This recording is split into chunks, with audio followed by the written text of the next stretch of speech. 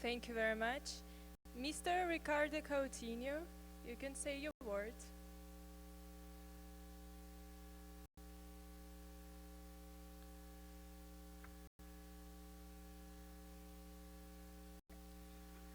Muito boa tarde. Eu gostaria de dar as boas-vindas a todos os presentes nesta reunião de líderes de alto nível, importante momento da pré-agenda do IGF 2015, organizada pelo Brasil, sob a condução do embaixador Benedito Fonseca, vice-presidente honorário do MAG.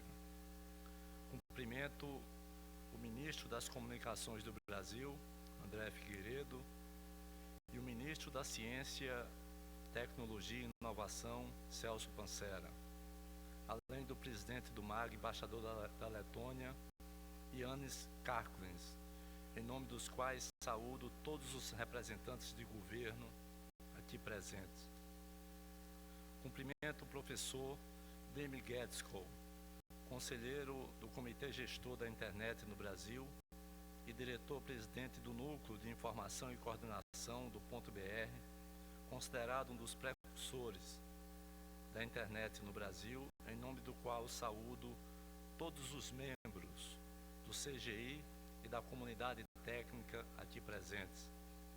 Cumprimento Vintsef, vice-presidente do Google, considerado um dos pais da internet no mundo, em nome do qual saúdo todos os representantes do setor empresarial aqui presentes.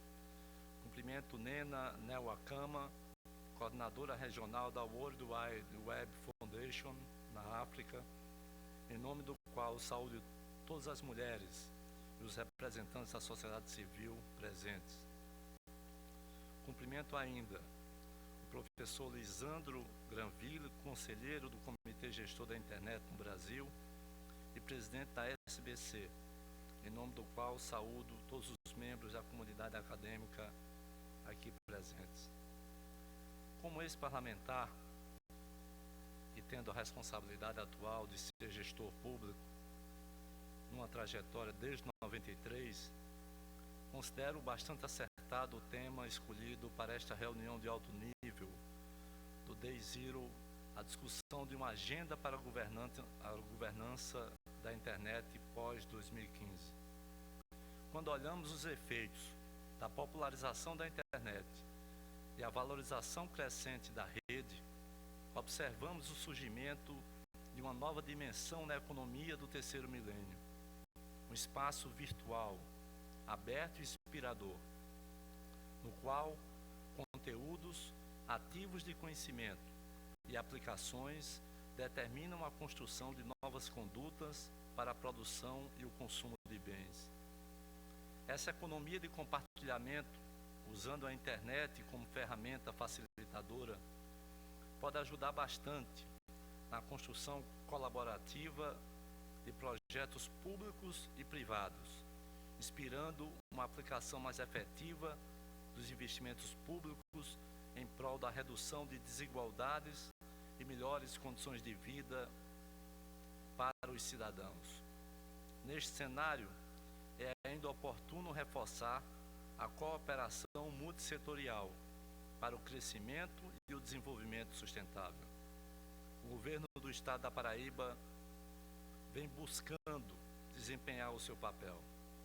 A construção do orçamento estadual resulta da participação democrática do cidadão, um espaço de decisão participativo no qual a compreensão coletiva de problemas e soluções é decisiva para a definição de prioridades na aplicação dos recursos públicos.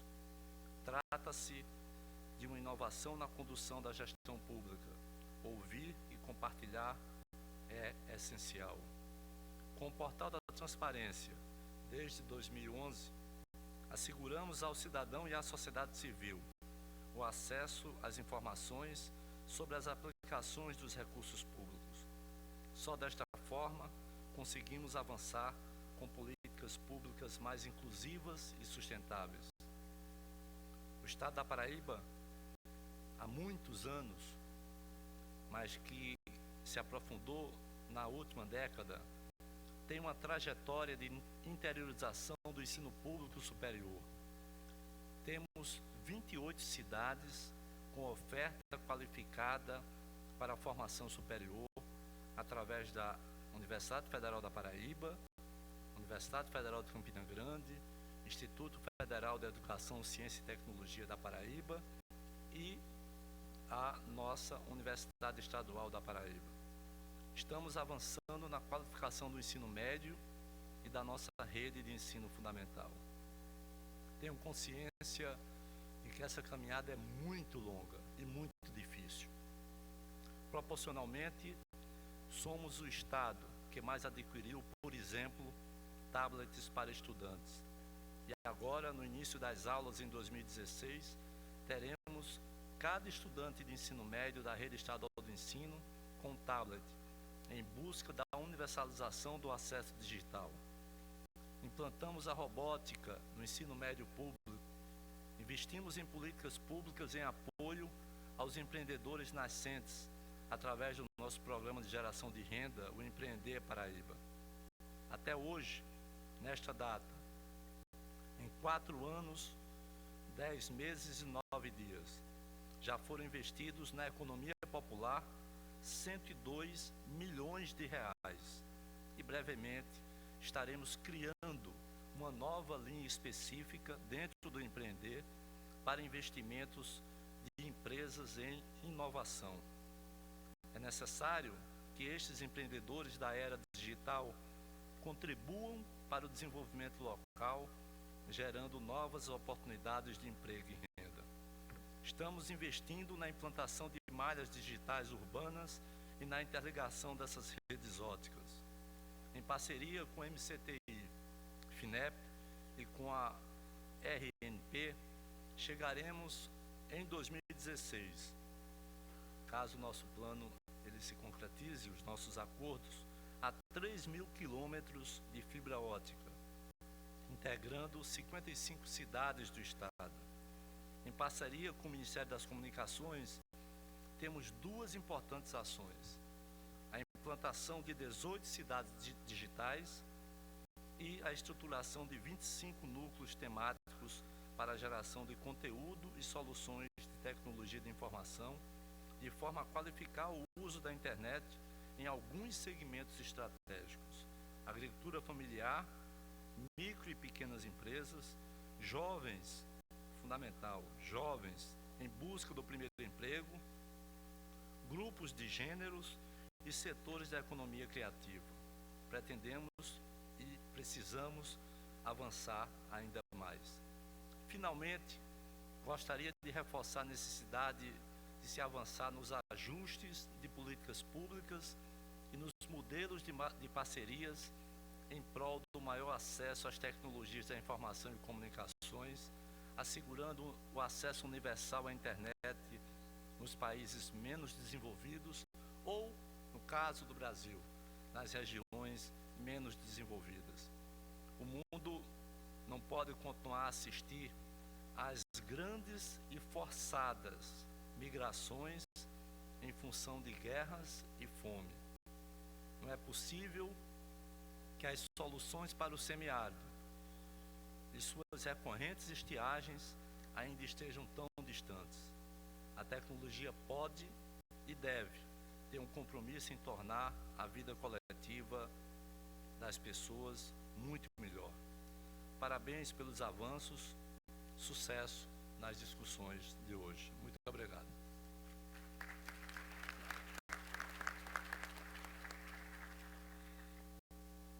Thank you very much. Mr. André Figueiredo.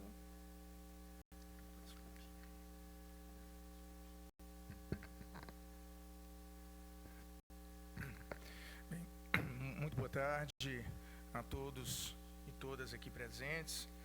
Quero saudar o governador da Paraíba, o governador Ricardo Coutinho, em nome dele, saudar todo o povo paraibano que também nos acolhe aqui nessa nossos convidados, e dizer que estamos extremamente, eu como nordestino, extremamente honrado de estar aqui cada vez mais fazendo com que o Nordeste ele se consolide não apenas como um polo de turismo, por conta das belas praias que nós temos aqui e das belas cidades, mas também como um polo de eventos da importância como é o IGF. Saudar o ministro Celso Pancera, aqui meu colega, ministro da Ciência e Tecnologia. Saudar também a vice-governadora da Paraíba, Lídia Feliciano, nossa companheira de partido. Saudar o Virgílio Almeida, em nome dele, saudar todos os que fazem o CGI. Saudar o Mr.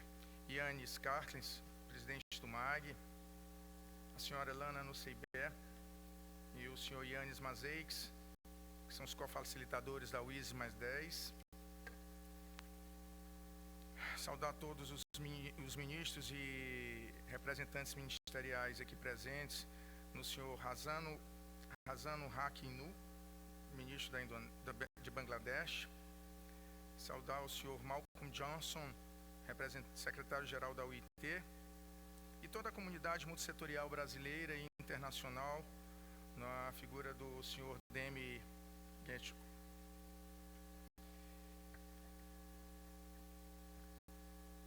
Gostaria de recordar que o Brasil tem longa tradição de apoio ao Fórum IGF. Afinal, já sediou em 2007 a segunda edição na cidade do Rio de Janeiro. O Brasil tem imenso prazer em receber esse expressivo número de visitantes e autoridades que representam todos os setores interessados na discussão sobre o uso e a governança da internet, sociedade civil, comunidade técnica e acadêmica, setor privado e governos. A nosso ver, nenhum outro fórum ou processo internacional incorpora melhor o espírito do multissetorialismo do que o IGF, que tem sido pautado desde o início por um processo de construção colaborativo e participativo. O tema desta sessão é a discussão sobre uma agenda para a governança da internet pós-2015, um tema que deve necessariamente tomar em consideração os resultados da reunião NET Mundial, realizada em São Paulo em abril de 2014, que culminou na aprovação de um documento identificando princípios a serem seguidos e um mapa do caminho para a evolução futura do ecossistema global da governança da internet. O Brasil tem procurado participar de maneira ativa e construtiva da busca por caminhos de evolução do atual sistema de governança da internet.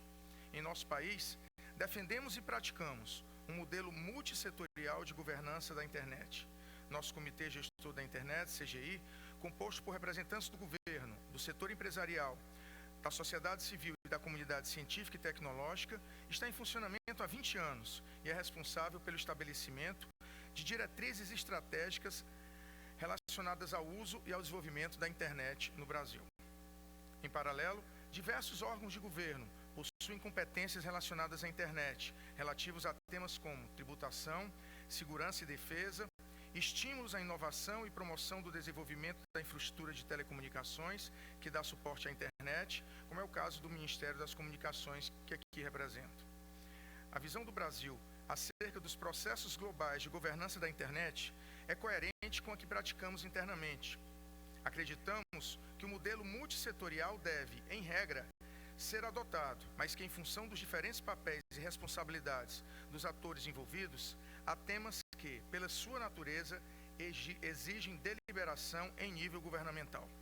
Essa visão é também coerente com a agenda de Tunis, que deixa claro que a gestão internacional da internet deve ser multilateral, transparente e democrática, com pleno envolvimento dos governos, do setor privado, da sociedade civil e de organizações internacionais.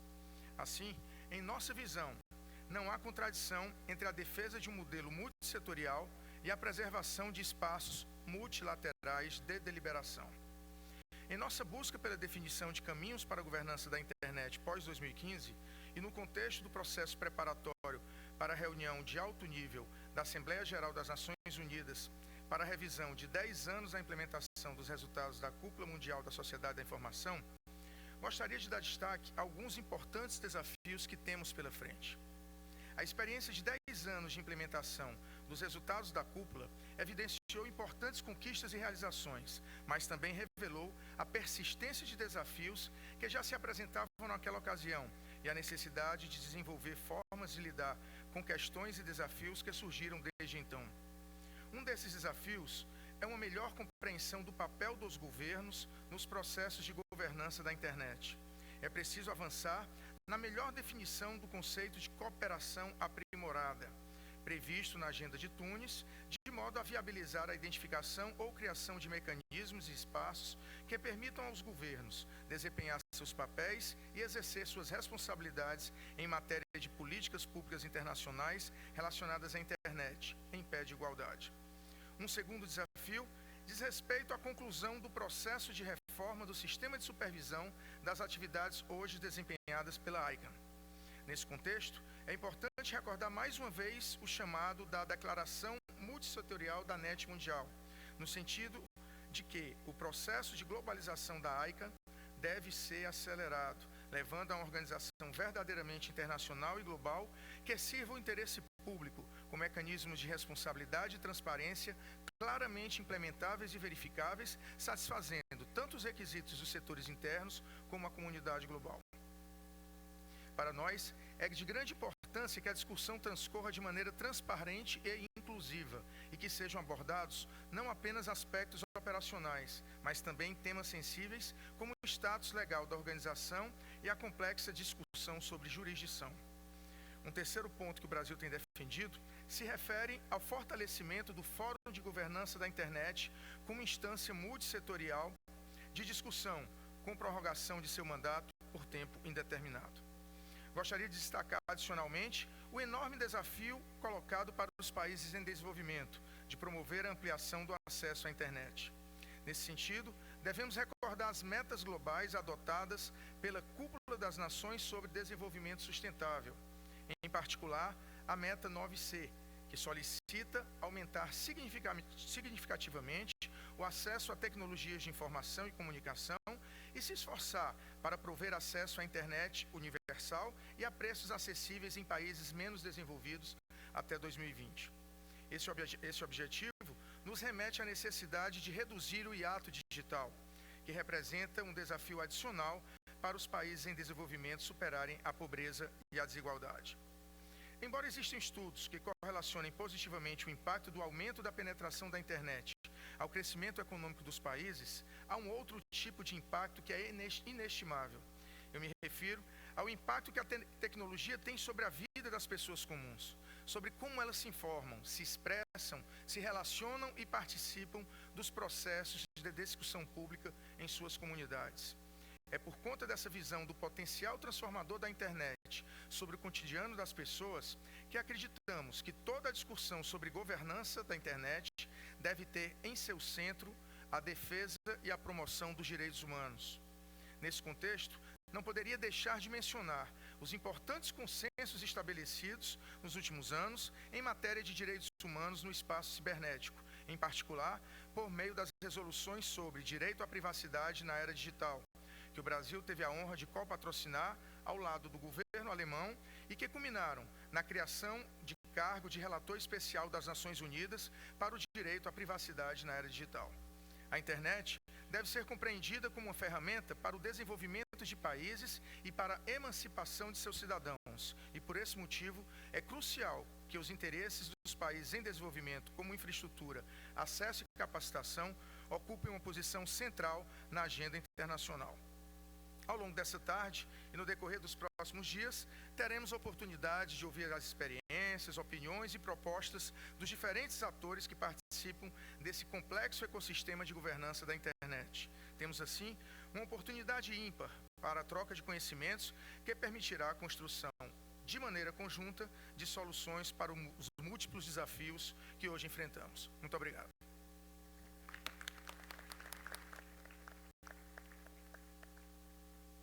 Thank you very much. Mr. Celsa Pancera. Boa tarde, senhoras e senhores.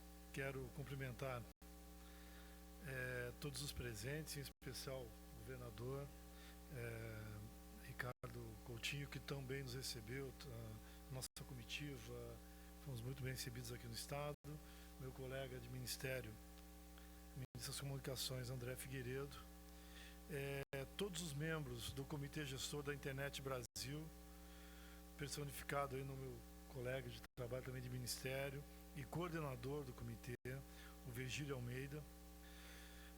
Não poderia perder a oportunidade de cumprimentar as comunidades acadêmicas e tecnológicas que criaram e criam tantas inovações no campo das tecnologias da informação e comunicação, na pessoa do senhor Vicente Cerf, de quem eu sou um admirador antigo. Prazer tê-lo aí e muito obrigado por tudo o que já foi feito pelo senhor. Cumprimentar também todas as autoridades nacionais e internacionais, técnicas e políticas, nas pessoas do senhor Sakamoto, do Japão, e em especial a senhora Nena Wakama, do qual eu estendo também a todas as mulheres aqui presentes, né, e que trabalham pela democratização da internet. Cumprimentar o deputado veneziano, Vital do Rego, em nome de quem eu vou cumprimentar também não só o povo da Paraíba, governador, mas também os demais parlamentares aqui presentes. Bem-vindos todos. Esta é a segunda vez que o Fórum de Governança da Internet, IGF, se reúne no Brasil. A primeira foi em 2007, no Rio de Janeiro, o estado e cidade do qual pertenço. O que pode significar que nós, brasileiros, representados pelos membros do CGI Brasil, estamos fazendo bem nosso papel de estruturar instituições e organizações que viabilizem a operacionalização das diretrizes e consensos existentes no Fórum. Assim, estamos muito orgulhosos de recebê-los novamente. O tema deste fórum é muito rico e pertinente. Evolução da governança da internet, capacitar o desenvolvimento sustentável. Na semana passada, estive no Catar, representando a presidenta Dilma Rousseff, num dos principais fóruns mundiais sobre educação. E lá, os temas tecnologia, inovação e desenvolvimento sustentável atravessaram todas as principais discussões. O mesmo ocorreu quando na missão brasileira que esteve presente na Suécia e na Finlândia há aproximadamente um mês. No documento da ONU intitulado Transformando o Nosso Mundo, a Agenda 2030 para o Desenvolvimento Sustentável, nós encontramos no item 7. Nesses objetivos e metas, estamos estabelecendo uma visão extremamente ambiciosa e transformadora. Antevemos um mundo livre da pobreza, fome, doença e privação, onde toda a vida pode prosperar.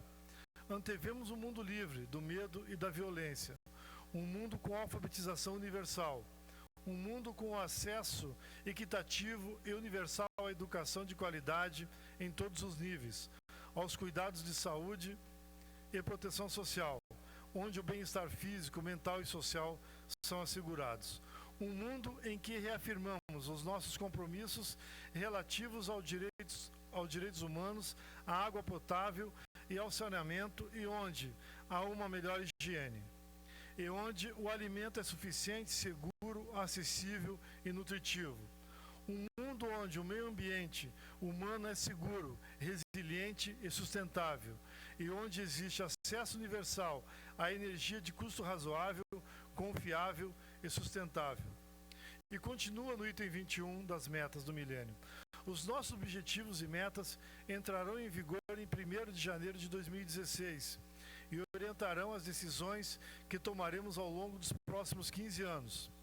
Todos nós trabalharemos para implementar a agenda dentro de nossos próprios países em nível regional e global, tendo em conta as diferentes realidades nacionais, capacidades e níveis de desenvolvimento, e respeitando as políticas e prioridades nacionais. Respeitaremos a autonomia de cada país no desenvolvimento de políticas nacionais para um crescimento econômico sustentado, inclusivo e sustentável, em particular para os países em desenvolvimento, mantendo-se consistência com as regras e os compromissos internacionais relevantes. Também reconhecemos a importância das dimensões regionais e subregionais, a integração econômica regional e a interconectividade do desenvolvimento sustentável. Marcos regionais e subregionais podem facilitar a tradução eficaz de políticas de desenvolvimento sustentável em ações concretas em nível nacional.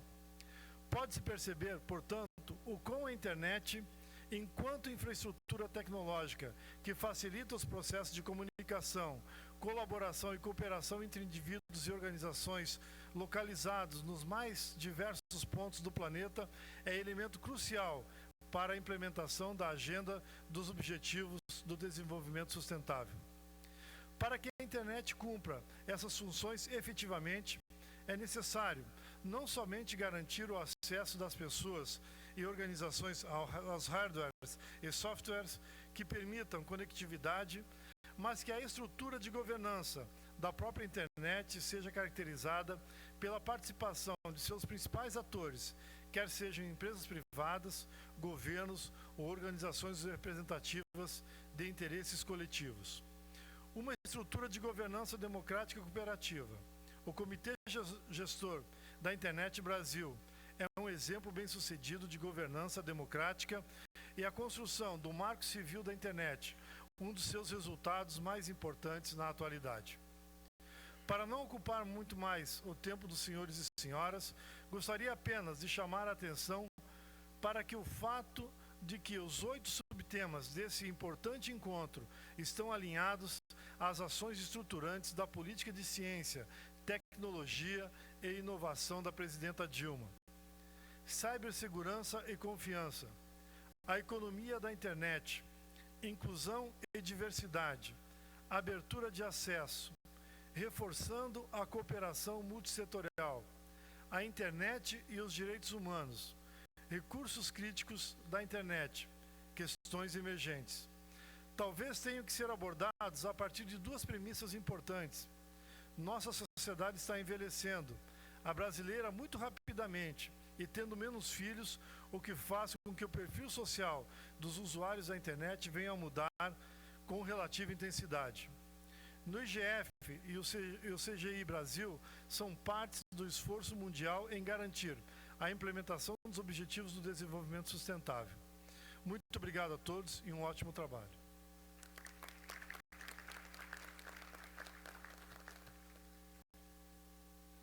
Now, I would like to introduce Mr. Virgílio Almeida, Coordinator of the Brazilian Internet Steering Committee. Obrigado. Boa tarde, senhoras e senhores. Eu inicio aqui cumprimentando o governador Ricardo Coutinho, o ministro André Figueiredo e o ministro Celso Pancera, em nome de quem eu cumprimento todas as autoridades aqui presentes, e o cientista, inovador, criador da internet, Surf, em nome de quem eu também cumprimento toda a comunidade da internet. Senhoras e senhores participantes do 10º Fórum da Governança da Internet, o IGF comemora aqui, na ensolarada e amigável cidade de João Pessoa, sua 10ª edição. O primeiro IGF ocorreu em 2006, em Atenas, quando a internet tinha 1 bilhão de usuários.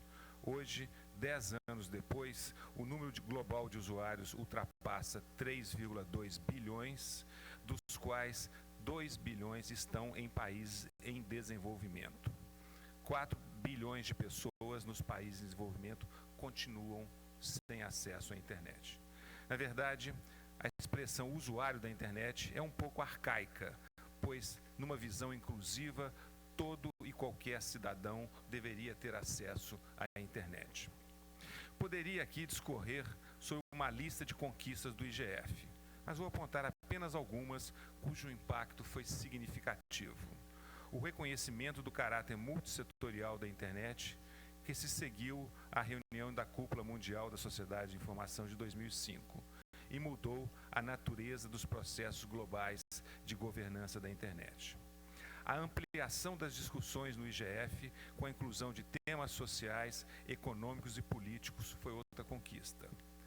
A realização do IGF em regiões menos centrais do mundo permitiu que os conceitos e as ideias inovadoras da internet fossem difundidas mais rapidamente no mundo do desenvolvimento. No entanto, quero aproveitar estes poucos minutos colocando algumas perguntas perguntas básicas, que vão além das discussões tradicionais de governança da internet. Precisamos responder uma questão fundamental: o que devemos fazer para que a evolução da internet faça diferença concreta na vida de bilhões de cidadãos do mundo em desenvolvimento? O que precisamos fazer para que a internet do futuro contribua efetivamente para reduzir as discriminações e as desigualdades econômicas, sociais, raciais e de gênero que atormentam principalmente o mundo em desenvolvimento? Sabemos que o acesso à internet é essencial, mas não é suficiente. Sabemos que o acesso ao atual universo de informações é fundamental, mas não é suficiente. Sabemos que conectar pessoas em redes é importante, mas não é suficiente. Sabemos muito sobre as novas tecnologias digitais, mas não sabemos ainda como a internet do futuro poderá e deverá contribuir para atingirmos as 17 metas do desenvolvimento sustentável propostas pelas Nações Unidas até 2030. A pergunta central, então, passa a ser: precisamos fazer o quê? Não sei as respostas, mas sabemos algumas pistas. Sabemos que a internet do futuro tem de fazer diferença na saúde, na educação, no emprego, na segurança das populações de todo o mundo, em especial do mundo em desenvolvimento. Sabemos que a internet do futuro tem de contribuir efetivamente para a preservação do meio ambiente do planeta.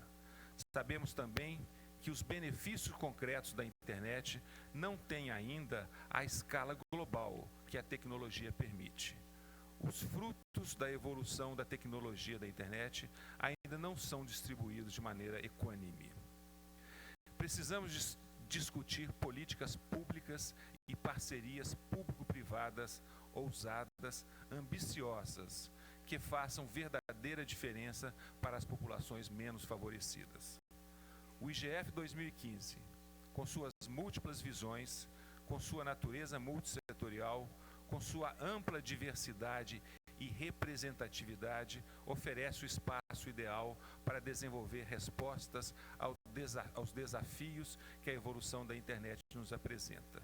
Em nome do Comitê Gestor da Internet no Brasil, CGI, quero dar as boas-vindas a todos os participantes e desejar-lhes dias de muito trabalho e resultados aqui no IGF.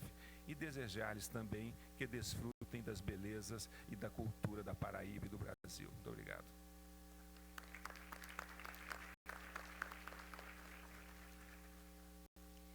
Thank you very much. Mr. Janis Karklins, Chair of the MAG.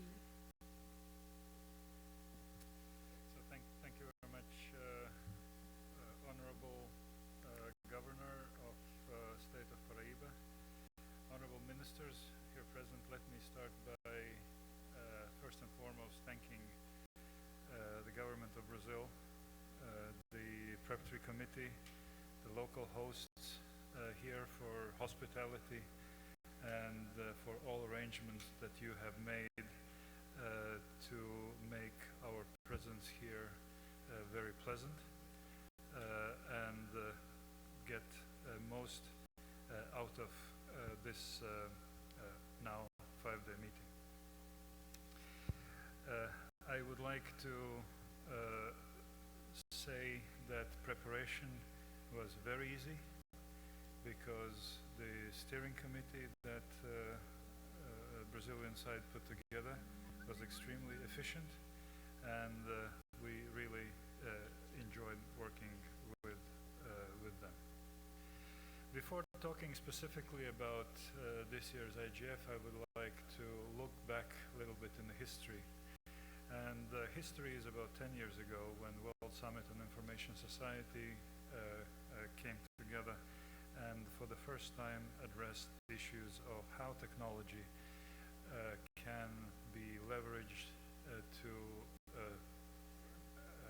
create more jobs, to create economic activities and economic development.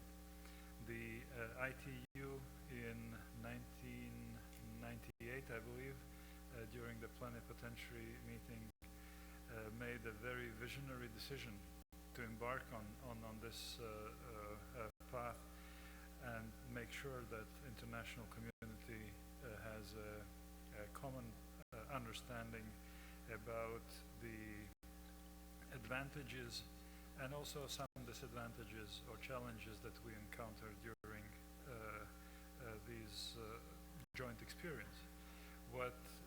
During these 10 years we learned a lot. We learned that it is not enough to give computer to every child and hoping that life will be much better. So we know that it is just a part of the equation. Another part is content, another part is methodology of learning, and another part is actually scaling up all these good practices that we develop all around the world. Because today we do not know many countries where ICTs would be part of education system on the national scale. There are few. One of them is in Latin America. And then though it just proved that though we know what to do, we still struggle to find the best way how to adapt our knowledge to national practices. And IGF is one of the places where this discussion and the learning process and information sharing was designed to take place. So, of course, we also want to see IGF contributing to internet building everywhere around the world and not making mistakes that others have made in this process.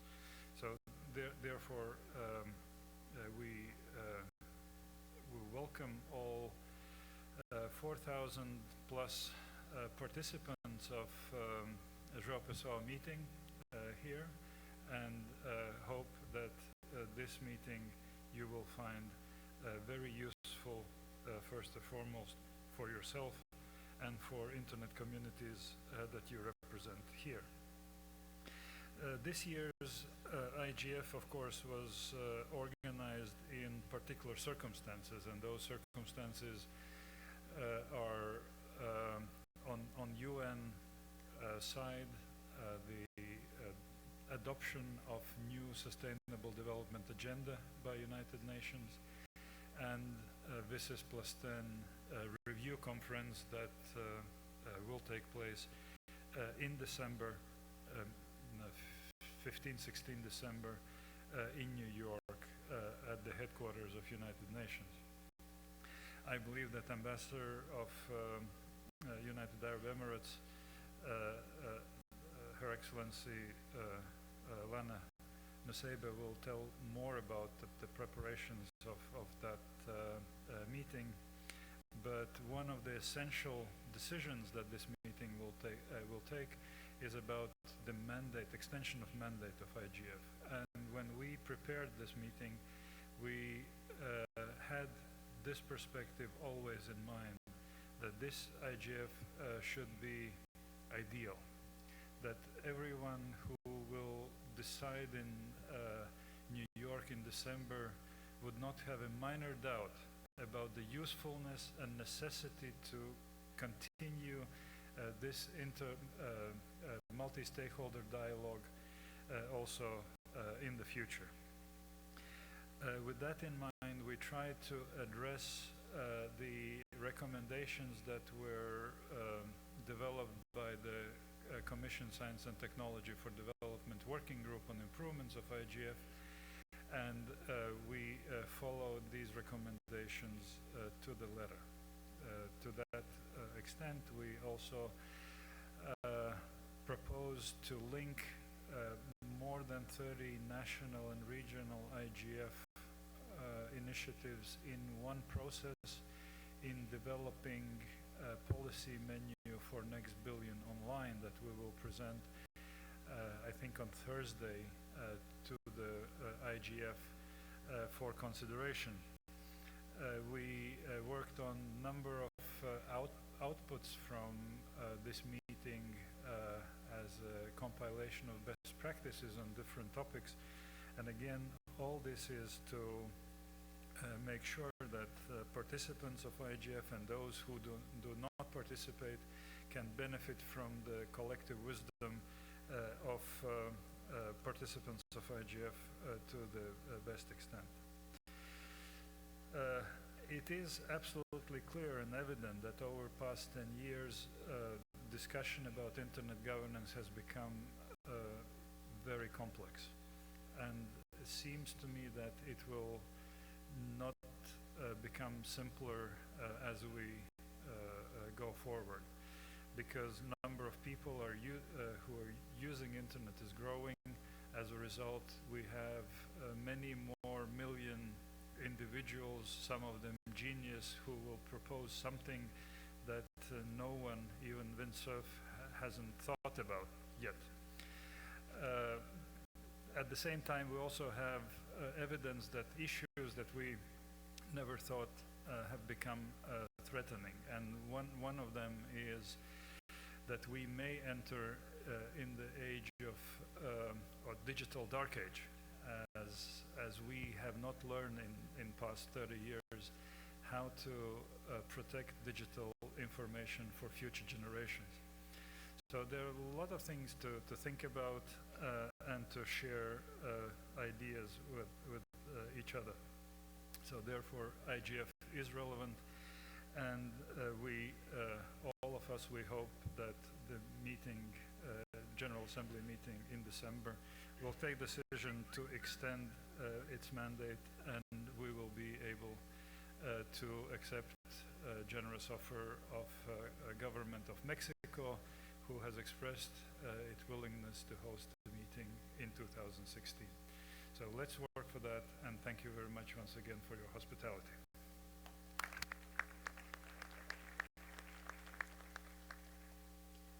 Thank you very much. Mrs. Lana Nasebe, Permanent Representative of the United Arab Emirates to the United Nations in New York. In her capacity is co-facilitator of intergovernmental negotiations on the review of the implementation of the outcomes of the World Summit on the Informational Society, WSIS. Please. Thank you very much, Your Excellencies, distinguished delegates. I'd like to also add my warm appreciation to Minister Figueiredo, Minister Pancera, Governor Coutinho, and Ambassador Fonseca, and the government of Brazil for the very kind invitation to be with you here today in this beautiful country. My team and I have genuinely been overwhelmed by the hospitality and the generosity of your people and of this beautiful setting, so thank you.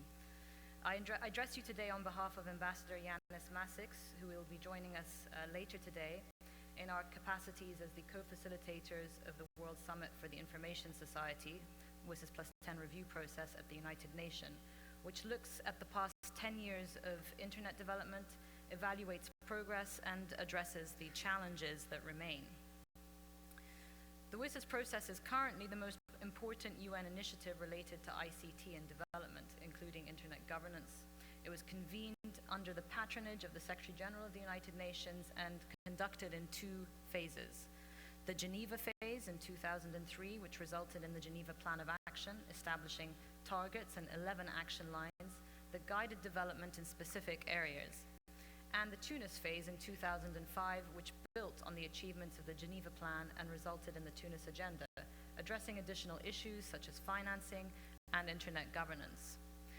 Outcomes of both phases of the summit were endorsed by the UN General Assembly and were set for implementation by various stakeholders of the WSIS process at global, regional, and national levels. Following 10 years of annual evaluations of the implementation of action lines set in Tunis and Geneva, it was decided that UN member states would conduct a 10-year review in 2015, which would conclude in a high-level meeting in December in New York. The purpose of the 10-year review is to produce a negotiated outcome document that would take stock of the progress made in the implementation of the outcomes of WSIS, address existing challenges, and indicate areas for continued focus. Since our appointment as co-facilitators on the 1st of June this year, we've worked closely with all relevant stakeholders to support this intergovernmental negotiation process. We hosted a stock-taking event on June 10 to 11 and set forth a roadmap for the review, followed by the first preparatory meeting of member states on the 1st of July. The President of the General Assembly then hosted an informal interactive stakeholder consultation on the 2nd of July. Views expressed in these meetings and through written submissions over the summer months provided a starting point to identifying key elements of the outcome document, presented through a non-paper on the 2nd of September. Further oral and written contributions enrich the discussions on how best to achieve the mandate of taking stock of progress made in the implementation of the outcomes of the WSIS, and identifying priorities for the future.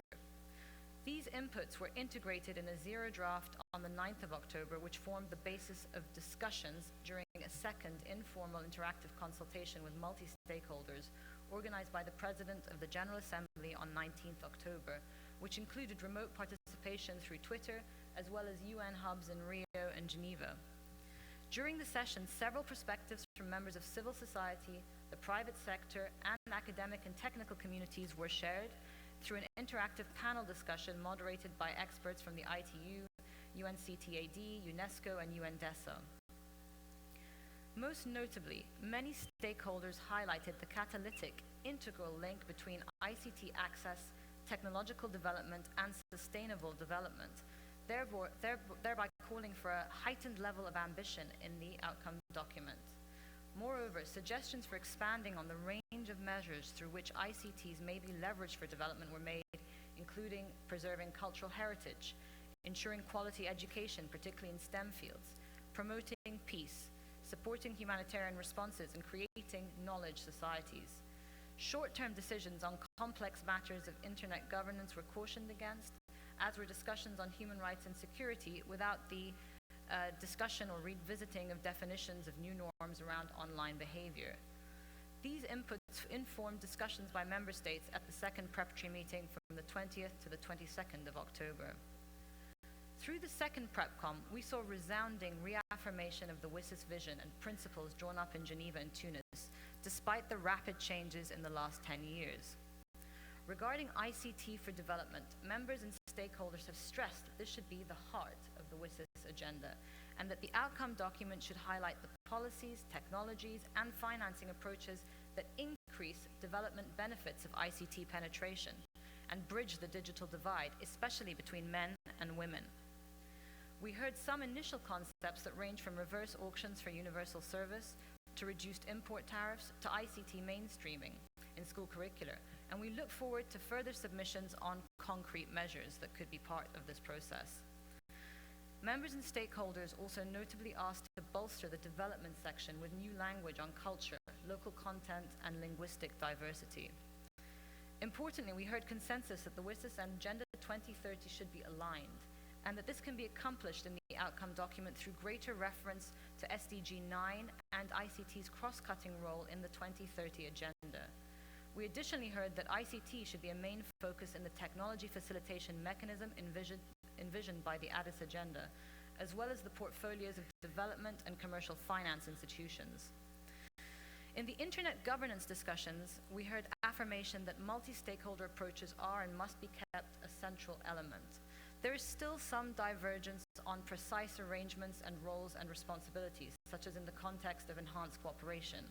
But we heard what sounded like an emerging compromise that while sometimes there will be different levels of government engagement based on the topic, governments are committed to having non-government stakeholders at the table. On the Internet Governance Forum, whose mandate forms an important part of the review process, it is clear that this will be renewed with the broad and enthusiastic support of the international community, as the IGF is widely regarded as an integral, inclusive, and unique multi-stakeholder forum. And even though this is only my first IGF, I can well understand why. Its importance is why many delegations have further asked that we stress the need for faster implementation of proposed improvements by the CSTD working group, especially on the commitment to increase participation of representatives from developing countries. There is continued divergence of the understanding of implementation of enhanced cooperation, and that this will need further discussion, there is no doubt. The same holds true for net neutrality. Turning to human rights and security, there were different calls about their placement in the document, but there was unequivocal recommitment to full respect for human rights and international law, as well as recognition that cybersecurity is a serious concern whose importance has grown since Tunis. On the topic of cybersecurity, some members made strong arguments that it is being dealt with in other fora, and therefore the WSIS review should focus only on the development angle of the topic. Others noted that it must be addressed in the outcome document due to the changes in the landscape with regard to cybersecurity since the Tunis agenda. This will clearly be a critical area for compromise on language as we enter the negotiation phase. With regards to follow-up and review of the WSIS process, there is an openness to consider the possibilities of a future high-level event and how this would relate to possible linkages between WSIS and the new Sustainable Development Agenda, but much remains to be discussed on that topic. The second preparatory meeting was very useful in clarifying major positions, which were reflected in the draft outcome document, which we released last week on the 4th of November in time for consultations here in Brazil. It's available online. We invite everyone to provide inputs on this through the web portal as we enter the final phase of negotiations. I'd like to conclude by saying that my co-facilitator and I have been truly grateful for the role Brazil has played in promoting solutions and advancing common ground positions. But this is not surprising and is a reflection of both Brazil's role in the world today and of your own domestic experience of internet development. And your model from a country like the UAE is truly an inspiring one. I was so interested to learn that Brazil has the 5th largest total number of internet users in the world, with 76% of users accessing the internet daily, and with the 2nd highest smartphone penetration in Latin America. This data gives important insight into the impact of ICTs on economic growth, efficiency, and productivity in Brazil, and insight into why Brazil is so effective as a bridge builder between countries on cooperation around internet issues. The community of nations represented at the UN are grateful for Brazil's engagement, and we all see the benefit of it as we move towards the final negotiations on the outcome document and the ministerial meeting in December at the UN in New York. Let me end by saying this. My role here at the IGF, along with my co-facilitator, is a simple one.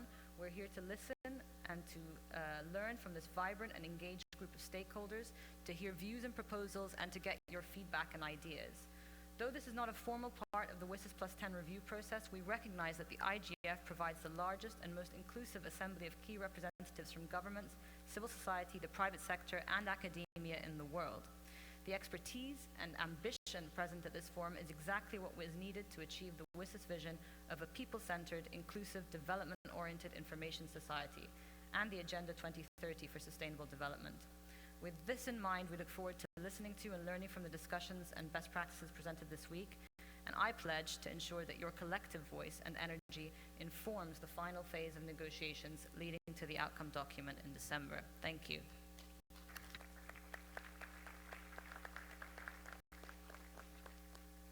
Thank you very much. On this section dedicated to the setting of the scene, the last speaker will be Mr.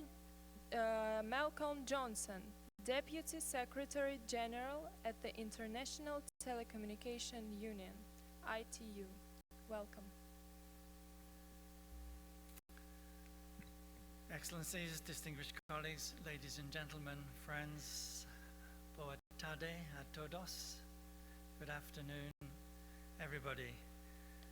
Firstly, I'd like to extend ITU Secretary General Hulin Zhao's greetings to everyone.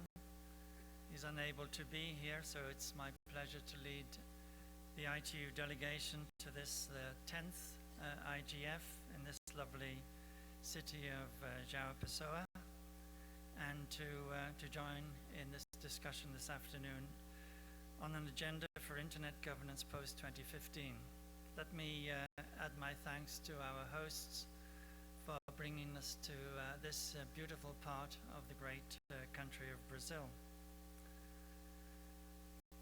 Now, as we know from the World Summit on the Information Society, Internet governance not only includes public policy, but also the related legal, economic, developmental, and social culture issues.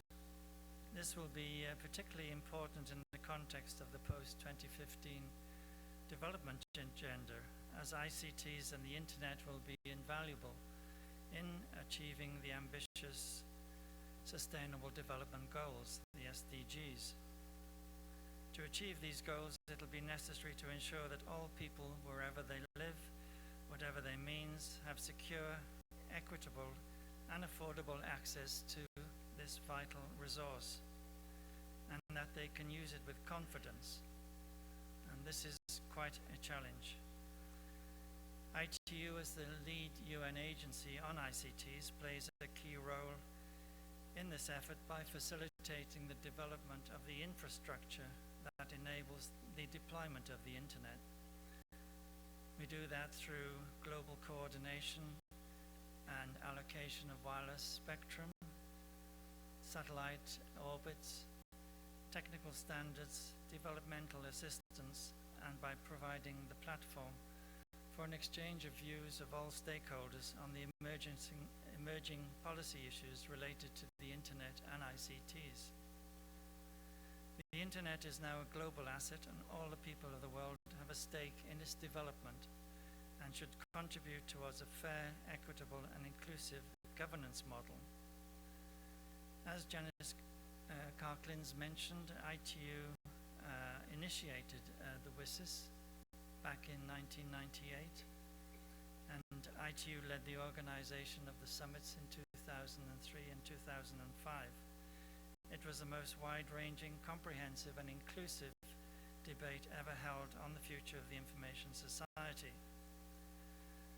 The WSIS outcomes articulated fundamental internet governance principles, including multi-stakeholderism, which were unanimously endorsed by heads of state and world leaders and the entire multi-stakeholder community. And clearly, they should also guide our discussions on internet governance post-2015. The first decade of the WSIS process was marked by intense discussions on these principles, including governance processes, and saw tremendous growth in infrastructure and access across the world. There are now significant opportunities and challenges that come from this success, such as bringing the benefit to join the open consultation leading towards WSIS Forum 2016. Thank you for your attention, and I wish you all an enjoyable and productive IGF. Thank you.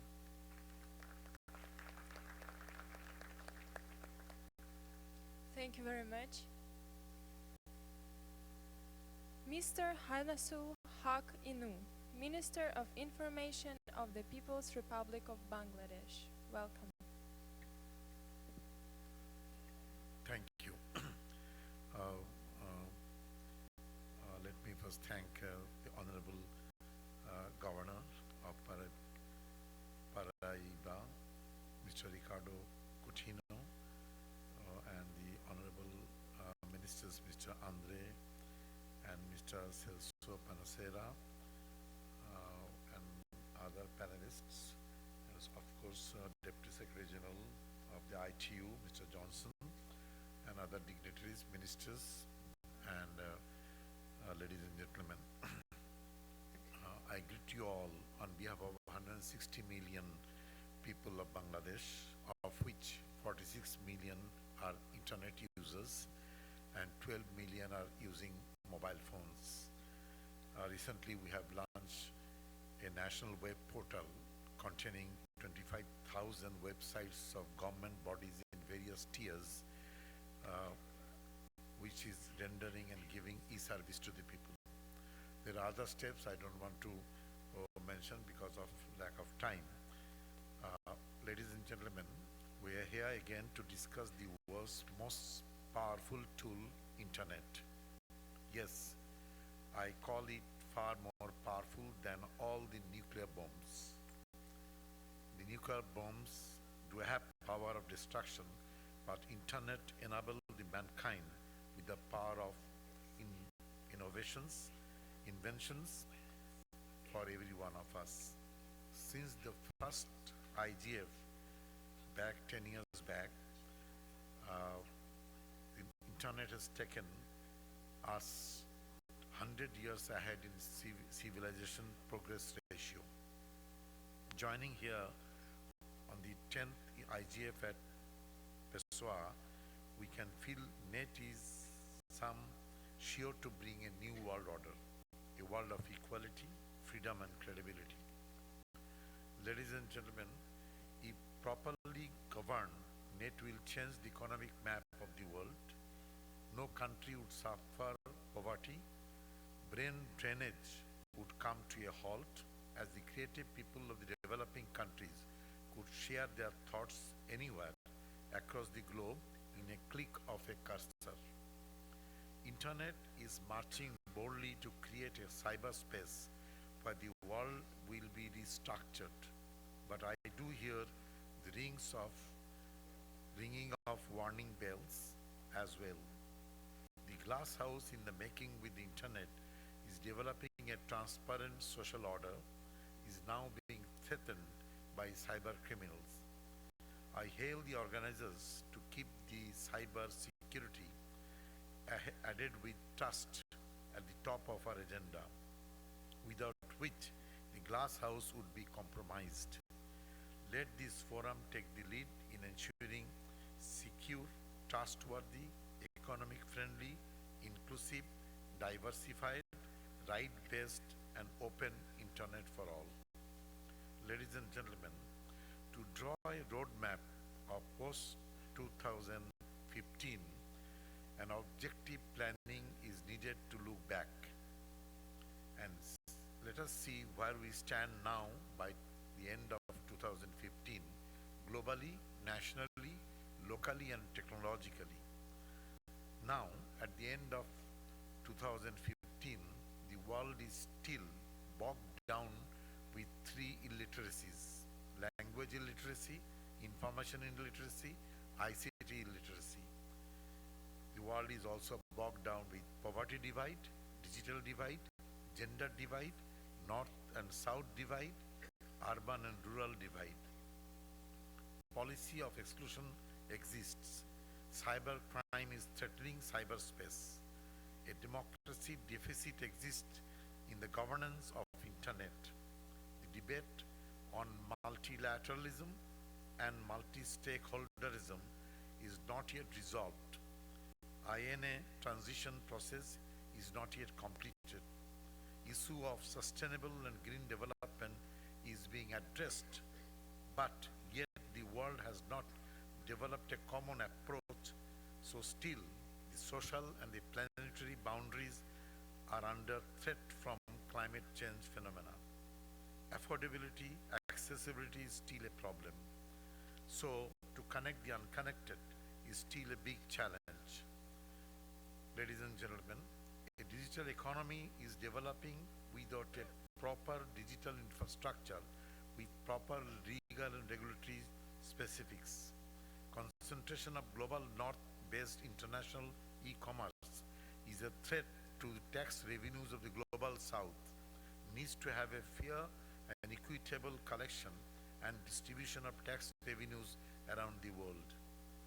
Digital marketplace globally is expanding, but without a legal regulatory framework that supports innovative and sustainable growth with an aim to harmonize national regulation versus global business objectives, cross-border trade, keeping the internet affordable in all markets.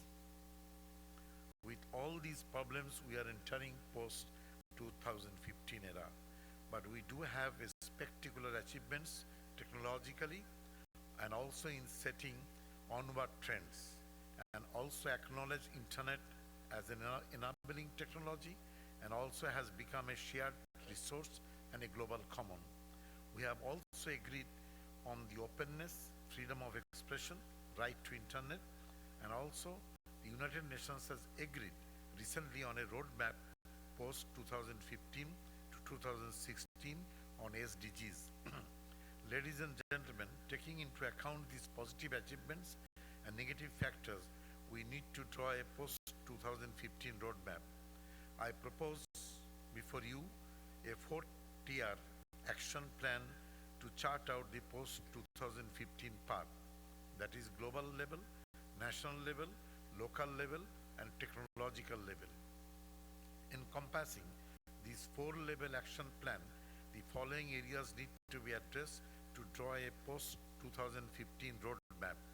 Number one, a global cyber security treaty is to be developed. Two, multi-stakeholderism, where roles and responsibility of each, including the government, be clearly defined, and to entrust the governance system in an international framework.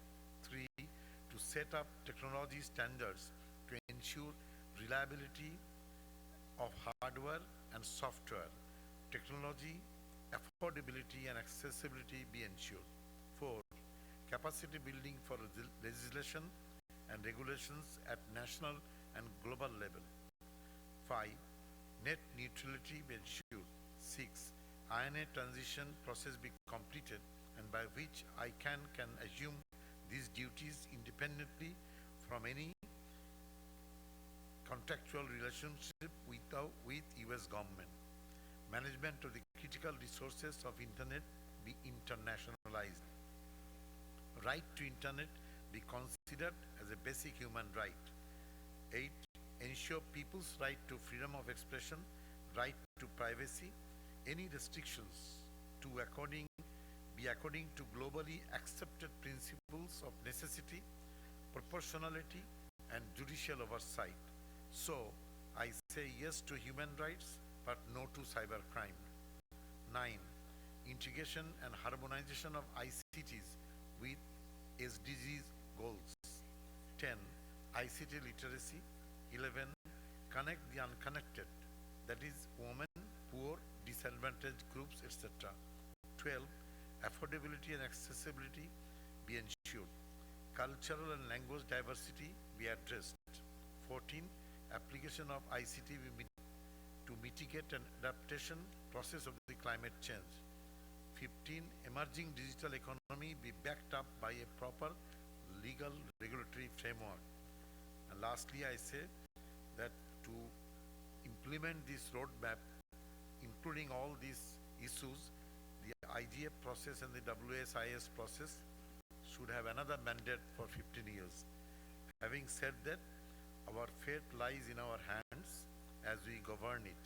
If we can rise to the occasion, we'll definitely answer the call of the future.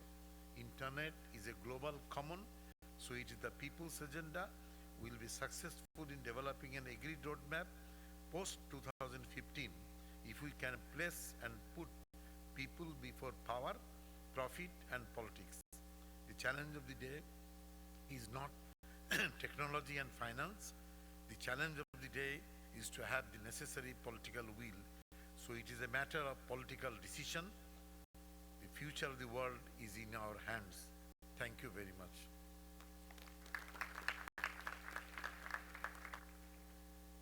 Thank you very much. Mr. Demi Gechko, Chairman of the Brazilian Network Informational Center, NIC.br. Welcome. Welcome. I will deliver my speech in português. Boa tarde a todos. Eu gostaria de cumprimentar, em nome do governador Ricardo Coutinho e dos ministros André Figueiredo e Celso Panceira, todas as autoridades presentes e todos os colegas que estão acompanhando esse IGF. Eu serei bastante breve. Esse é o 10º IGF. Eu tive o prazer e a honra de assistir a todos desde o primeiro, que foi em Atenas, em 2006. E, para dizer uma coisa óbvia, a internet é uma tecnologia disruptiva. É uma tecnologia disruptiva em todas as áreas da sociedade. E isto é bom e também é complexo. Então, nós vimos isso acontecer no campo individual, ao ganharmos capacidade de falar na rede, que não havia antes da internet nos dar essa porta. Nós vimos a disrupção em modelos de negócio, nós vimos disrupção em formas de adquirir informação. Basta comparar as antigas enciclopédias em papel, como uma tentativa que houve de enciclopédias em meios digitais e agora praticamente todos na rede. Quer dizer, são negócios que somem, como sumiram máquinas de escrever e sumiram outros negócios do tipo. Ela é também disruptiva na relação entre o governo e os cidadãos, porque dá um canal aberto para que os cidadãos e o governo conversem, e é disruptiva na área de legislação, porque você tem um conflito constante entre legislação nacional e um ambiente que não tem claras fronteiras. Então isso tem que ser negociado. Nós vimos hoje na apresentação do Bertrand de la Chapelle uma iniciativa muito interessante na área de discutir como se harmonizam legislações nacionais e a internet. A internet começou na academia, todo mundo sabe disso também, depois a sociedade civil entrou na área, governos, depois as operadoras de telecomunicação e hoje toda a sociedade, incluindo o judiciário. Então, a internet é uma criação coletiva, mesmo que tenha nascido na área técnica. E eu quero aproveitar que estamos nessa mesa para dizer que é uma criação coletiva, mas nós temos sérias dívidas e dois dos nossos credores estão nessa mesa aí claramente. O Dr. Steve Crocker e o Dr. Vint Cerf são pioneiros reais da rede e devemos a eles essa conquista. Um outro ponto importante que é bom destacar nessa parte de ruptura é essa discussão sobre multissetorialismo. Isso é algo que vem, é evidente que existia antes do conceito da rede, mas é algo que vem muito forte com a rede e acho que veio para ficar. Então, é importante termos em mente que certas conquistas da rede ou certas características da rede são decisões que, pelo menos para os próximos anos, serão definitivas, mudarão muito a forma de funcionar. Eu queria tocar em dois pontos que eu acho que também são importantes. Nós ouvimos vários pronunciamentos aqui sobre ameaças que a rede nos traz, mas eu queria também lembrar de ameaças que a rede sofre. Acho que uma das funções importantes dos que de alguma forma se beneficiam e gostam da internet é tentar preservá-la. E a gente sabe que ela sofre ameaças constantemente, não só porque ela é disruptiva e evidentemente os que são ameaçados por ela não vão querer que isso aconteça, mas também por uma legião de bem intencionados que querem proteger-nos dos riscos que a internet traz. Isso não significa que não devamos nos proteger dos riscos, mas eu acredito que é fundamental que a rede em si seja protegida, porque ela nos trouxe algo que na balança pesa muito mais a favor do benefício do que do risco. Então, algumas dicotomias criadas são, na minha opinião, falsas dicotomias. Eu não creio, por exemplo, que há uma dicotomia entre segurança e privacidade. Eu não creio que você deva abrir mão da privacidade para ter segurança, e nem que uma coisa dependa da outra. Mas, às vezes, isso nos é colocado como uma alternativa, então devemos tomar cuidado e reagir, proteger a privacidade e também batalhar pela segurança, que é algo que é conseguido coletivamente na rede como um todo. Na internet é de colaboração. A internet, e provavelmente o Vitzer pode falar muito melhor do que isso, do que eu nessa área, é uma rede de controle. Tudo que você faz na internet é permitido pelo protocolo. Então, existe uma falsa noção que você pode ser anônimo na rede ou que o que você faz não é rastreável. Isso não é verdade, porque uma rede organizada e baseada em protocolos, ela liberará você ou não para fazer o que você quer fazer ou não, e sempre sobrará traços do que você fez ou deixou de fazer. Indo em relação a essa parte que eu comentei de leis, a gente discutiu isso várias vezes. Eu acho que a forma de funcionar da internet faz com que as ações extrapolem fronteiras. Então é muito fácil, quando você tem um ambiente cercado por fronteiras, definir o que é certo e o que é errado e como você pune, como você atinge aqueles que violaram a sua legislação. Mas quando a fronteira não é visível e não é realizável na prática, você primeiro, na minha opinião, tem que definir conceitos do que você quer defender. E desses conceitos, eventualmente, virão leis nacionais que estarão sincronizadas com os conceitos. No exemplo brasileiro, nós debatemos durante 2 anos um conjunto de 10 princípios, que foi o decálogo, primeiro princípios, e desse decálogo surge uma lei nacional que serve para o país, provavelmente não serve para outros países, cada um tem a sua especificidade, mas o Marco Civil é uma lei que serve para proteger a internet nacional dentro dos conceitos que nós defendemos, que foram os conceitos do decálogo. Então, eu acredito que no IGF isso é fundamental. O IGF é o fórum mais amplo e rico que temos para discutir esses conceitos e chegar à conclusão em relação a eles. Tivemos um bom exemplo ano passado, quando a Net Mundial conseguiu gerar 2 documentos, e nós temos hoje, de novo, o 10º IGF, é um IGF importante, que marca o fim de uma fase de 10, e que eu espero que realmente seja renovado e continue por muito mais tempo, mas é um fórum muito rico, ao contrário de fóruns especializados como o IETF ou a ICANN. É um fórum que reúne todos os interessados nos mais variados assuntos e organizações como a ISOC, organizações da sociedade civil presentes nisso. Então, eu sou muito otimista em relação a essa parte e sou muito favorável a que os amigos do IGF prosperem e que o IGF continue por muito tempo. Para terminar, eu vou me lembrar de uma fala que um pioneiro da internet brasileira, o Carlos Afonso, fez na reunião do IGF de Baku em 2012, dizendo que é importante que a rede seja protegida e que nós devemos deixar a internet florescer livremente. Let the internet flourish. Obrigado.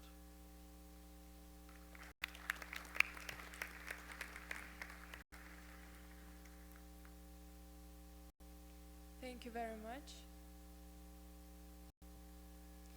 Mr. Rashid Ismailov, Deputy Minister of Telecom and Mass Communication at the Ministry of Telecom and Mass Communication of the Russian Federation. Welcome. Vou fazer o meu discurso em português, se possível. Estimados senhores e senhoras, muito obrigado. Obrigado.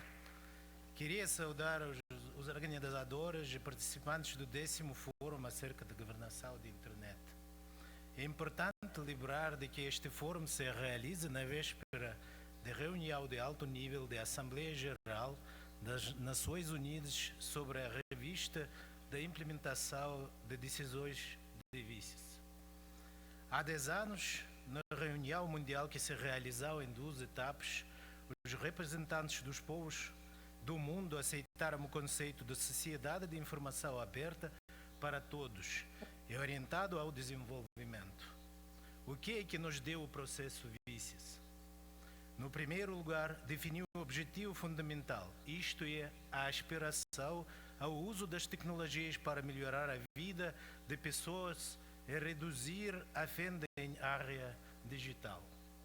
É difícil superestimar o enorme valor de tecnologias de infocomunicação para a estimulação de inovações, para a expansão dos direitos e oportunidades de vários grupos de pessoas nos países desenvolvidos e nos países em desenvolvimento.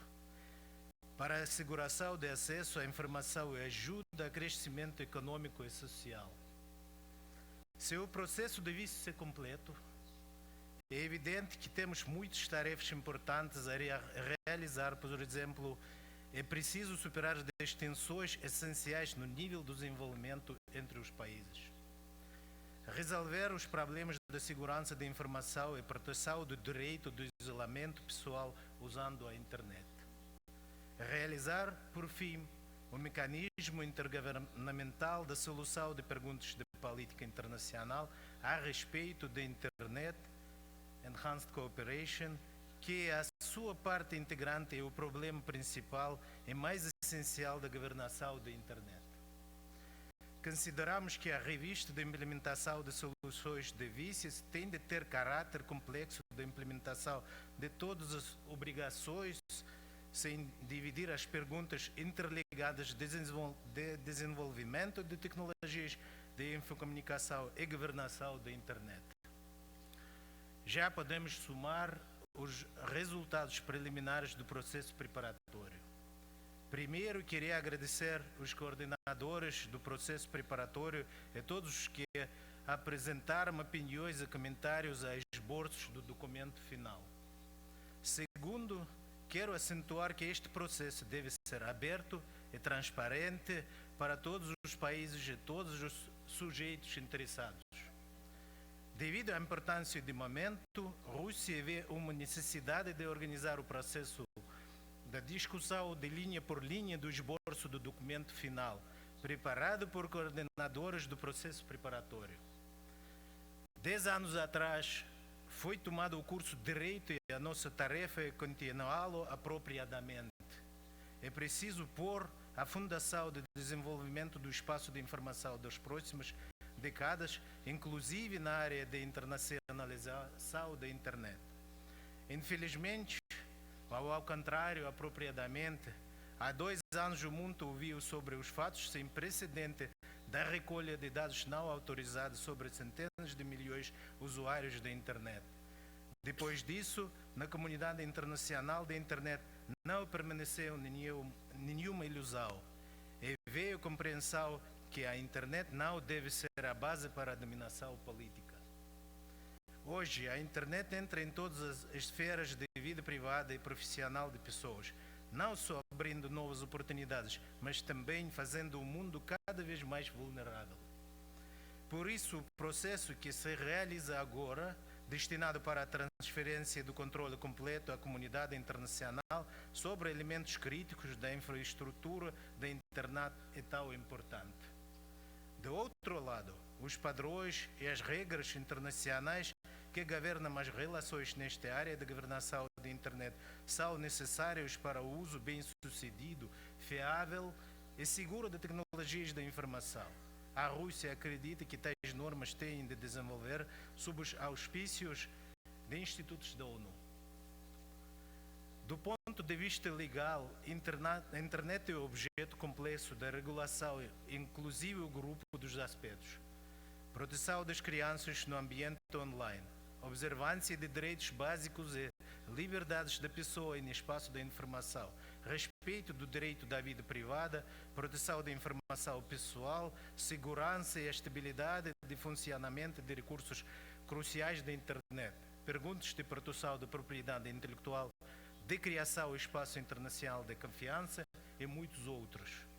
Agora, os aspectos separados da regulação compartilham-se entre várias organizações e os seus esforços não se coordenam substancialmente. No entanto, a complexidade da regulação exige a cooperação internacional estreita como papel principal dos Estados. O número crescente dos países reconhece que as ameaças à segurança na esfera de tecnologias de infocomunicação causam o risco de minar a capacidade coletiva de usar a internet para a acumulação de crescimento econômico e desenvolvimento em todo o mundo. No ambiente digital, bem como noutras esferas, a responsabilidade especial confere-se aos Estados acerca da segurança, estabilidade e relações econômicas com outros países. A Rússia propõe combinar os esforços no processo de preparação da Convenção Universal com o objetivo de elaborar uma base jurídica internacional de governação da internet. Queríamos observar neste sentido o apelo de líderes dos países BRICS, refletido na declaração de UFA, que a internet é um recurso mundial e os Estados têm de participar igualmente no desenvolvimento e funcionamento, em vista da necessidade de envolvimento dos sujeitos interessados relevantes por certa qualidade e com certas obrigações. Os países BRICS, que representam 43% de todos os usuários da internet de todo o mundo, apoiam o papel e as obrigações do governo de cada Estado nos aspectos de regulação à segurança da rede. Hora chegou para passar ao diálogo ativo. Desejo a todos os participantes o trabalho bem sucedido, novas ideias e decisões construtivas. Agradeço pela atenção.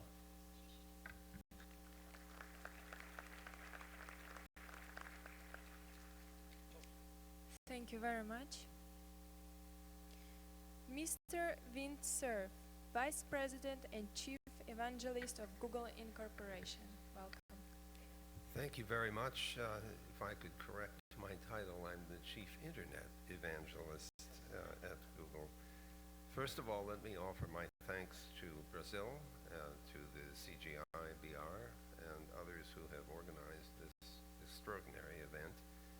I would like to save time by incorporating by reference all the greetings that were made by all of the previous speakers. And so I will move directly into some observations about this meeting and the future that the internet holds for us. First, I would like to reflect on the last 10 years of progress, expansion, and change in the internet. We have seen mobiles and smartphones become part of the internet environment. We've seen a rapid increase in broadband access to the internet over fiber, over high-speed radio and satellite, and even now we're contemplating things like balloons and drones to deliver internet service. We've also seen a significant increase in undersea capacity of cables that link the continents together.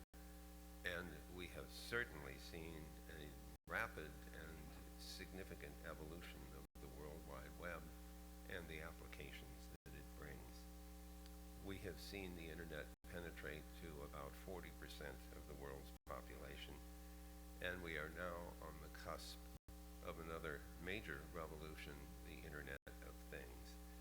So a great deal has happened in just the last 10 years, and there is more to come. I could not overemphasize the importance of multi-stakeholder participation in internet governance, in its policy development, in the largest sense of the word. We know that policy is enforced or implemented by various parties. Not all stakeholders have the responsibility to implement policy, but all stakeholders have the right and responsibility to help develop policy before it's implemented. Second, or third, I guess, we must seek to achieve an open, accessible, and affordable internet that's available to all. And I want to thank the earlier speakers for drawing attention to the importance of accessibility. All the people of the world should have access to the internet and not be impeded by disabilities.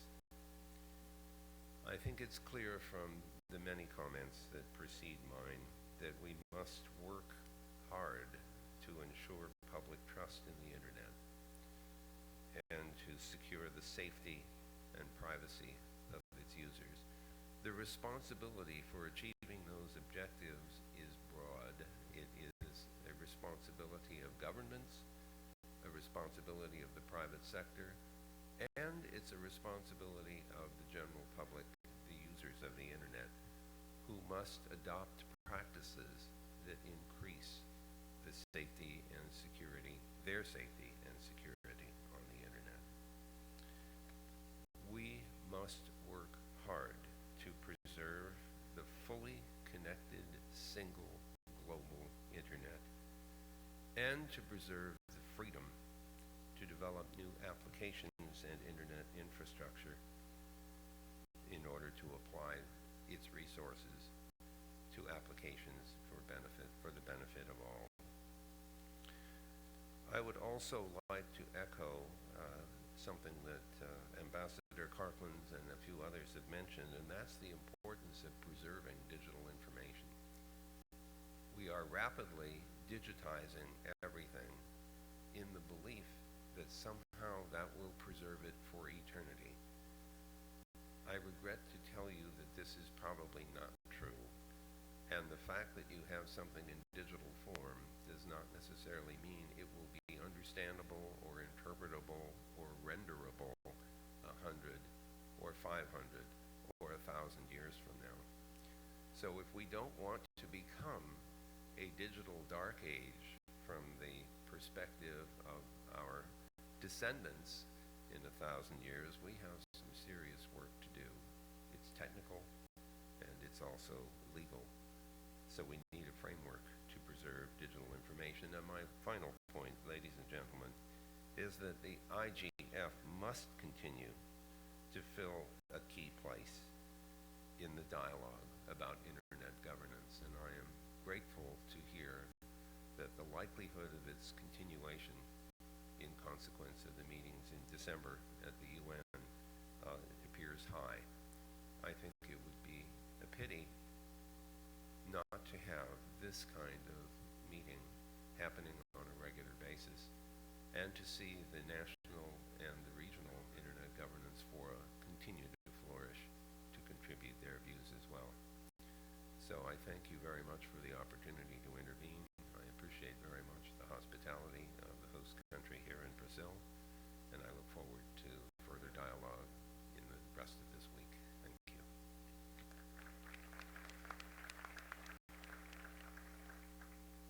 Thank you very much. Mr. Yasuo Sakamoto, Vice Minister for Policy Coordination, International Affairs at the Ministry of Internal Affairs and Communications of Japan. Welcome. Thank you very much, Excellency, ladies and gentlemen, good afternoon. I'm Sakamoto of Ministry of Internal Affairs and Communication, Japan. We are facing urgent global issues such as global warming, disaster risk reduction, health, and natural resources. In addressing these issues, we have a responsibility to proactively use ICT. This is, for example, mentioned in the 2030 Agenda for Sustainable Development adopted by the UN this September, with a declaration that ICT has a great potential to accelerate human progress, to bridge the digital divide, and to develop knowledge societies. Another example is the Third World Conference on Disaster Risk Reduction, which was held this March in Japan. In this conference, we adopted the Sendai framework for disaster risk reduction, proposing to use ICT innovations to enhance the measurement tools utilized for disaster risk management. Japan will continue to constructively contribute to future international cooperation on disaster risk reduction by using ICT. As we have established an improved system based on the lesson learned from the Great East Japan earthquake. What is important is to share the view that ICT is an important tool by which we could address a variety of global and social issues and achieve the prosperity of human beings, and also to take actions cooperatively. Let us share our best practices. Japan has rich experience with international cooperation within bilateral and multilateral frameworks to address the ICT-related issues, including digital divide. Japan has committed itself to promote overseas activities like this, address a variety of global issues, and contribute to the world. Recent ICT innovations are going to bring us an environment so-called Internet of Things, where all humans and things are globally connected for the first time in history of humankind. We are challenged with making good use of such a globally connected space and achieve the prosperity of human beings. In addition, recent development of artificial intelligence urges us to consider the relationship between humans and robots. In addressing these issues, it is important for a variety of stakeholders, such as government, private sector, academia, and civil society to constructively exchange their views across borders based on the principles of multi-stakeholder. In April 2014, here in Brazil, Net Mundial was successfully held based on multi-stakeholder. I'm expecting that this forum held at the same place also implement the concept of the multi-stakeholder. The WISIS review will be undertaken this year. Therefore, this IGF meeting is quite important. I encourage a variety of stakeholders to join us in combining our wisdom for the future. Thank you very much for your kind attention.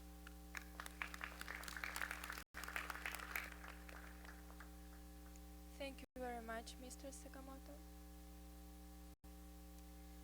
Mrs. Nenen Wakanma, World Wide Web Foundation, welcome. Thank you. I'd like to say my greetings to the ministers present and also recognize one of our ministers, Honorable Atu Sapong of Ghana, and my big brother Nikweno, who is one of the fathers of the internet in Africa. My name is Nena, and I come from the internet. And for me, it's a great time to be back in Brazil. In April last year, we were here for Net Mundial, and I actually promised I was going to come back to Brazil. I did come back for FIFA Mundial, and I was not far from here. I was in Recife, where Cote d'Ivoire played Japan. So it's good for me. It's a good time to be back here to explore the role of internet in empowering sustainable development. Now, I want to tell you something about myself. When I was about 3 years old, I had a clear idea of the most important invention of all history, and it was this, the lollipop. Yeah, the lollipop has the sweet at the top, and in the middle of it, it has the gum. Is there someone here who didn't grow up? Is there someone here who doesn't know what a lollipop is? So when I was 3, I was convinced that this was the most important invention on planet Earth. I actually went out and bought these at Praia Tambao here. I bought 3 of them for less than 1 Brazilian real. So this anyone can buy and enjoy it while you are here at the beach. But over the years, I have learned better, and I do no longer think that these are the most important invention in the world. I actually think that the internet is, and that is why we are here. I've been asked to say a few things, and one thing I want to let us think through is that as the internet has become the greatest tool for us, for humanity, for our social, for our economic, for our political, for administrative purposes, we are growing closer to it. We are investing, but then it is important for us to understand that 60% of the world population are still not online. And most of these people are women, and they are in the rural areas. Just today, I was tweeting the video we made by the Alliance for Affordable Internet. In this year, in West Africa, some rural woman was saying, I don't know what the internet is. In 2015, there are still people who do not know what the internet is. So I've seen that between 2013 and 2014, there was only 1.7% growth in internet adoption in Africa. So for me to bring this, not just the next 1 billion, but I think we should be speaking about the last billions. To bring them online, we need to work on the high cost of internet access across the developing world. At the Web Foundation, where I work with my team members, we believe that it is the right of everyone everywhere to access the transformative power of the web. I think most of us have said it here, access is key, bringing people online is key.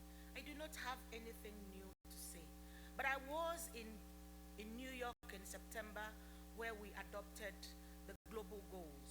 These newly adopted UN Sustainable Development Goals include an important pledge to harness information and communications technology to advance women's empowerment, people like myself, as well as a commitment to connect everyone in the least developed countries to the internet by 2020, which is 5 years from now. That made me excited. I'm excited because it actually begins to taste like the lollipop. It begins to be sweet. When we talk about connectivity for men and women, it begins to be sweet when we talk about bringing people online so that we can expand business opportunities for the private sector. It becomes to be very sweet when we talk about citizen administration online, enhancing participation, service delivery. Then it begins to taste like a lollipop indeed. When we talk about broadband access that will allow for e-governance, e-health, e-learning, e-commerce, most of the things we want to roll out, then I begin to think that maybe the internet is a sort of a lollipop. But then, at the heart of the internet, when you finish the candy part of the lollipop, is the gum. And that is what I would like us to remind us. Like the lollipop, the heart of the internet is built around human beings. And someone has said here, people before power, politics, and profit. So it is the gum that is first put on the stick before the sweet is used to surround it. So we must never forget our commitment to human rights, our commitment to freedom, our commitment to openness, our commitment to network neutrality, and our commitment to human diversity. Those are the gum part of the lollipop. So it is our responsibility, I believe, to safeguard the sweet part of the internet in all our activities as stakeholders, while at the same time maintaining the principles at the heart of the internet. So like these lollipops of mine, we say at the web we want that it's very simple. Let's have the same rights offline be applied online. It is not very difficult to understand. That is the web that we want. And that explains why very soon, when Sir Tim Berners-Lee and a group of eminent persons will be speaking to us about either a charter or a Magna Carta or a digital right across the world that will help us to articulate these principles of humanity, these principles that we need to advance the future of the internet.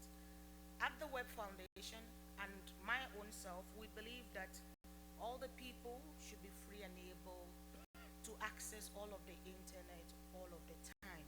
And you will hear this from time to time. You will keep hearing me saying it. As long as I live and as long as the web will last, we will always hear us.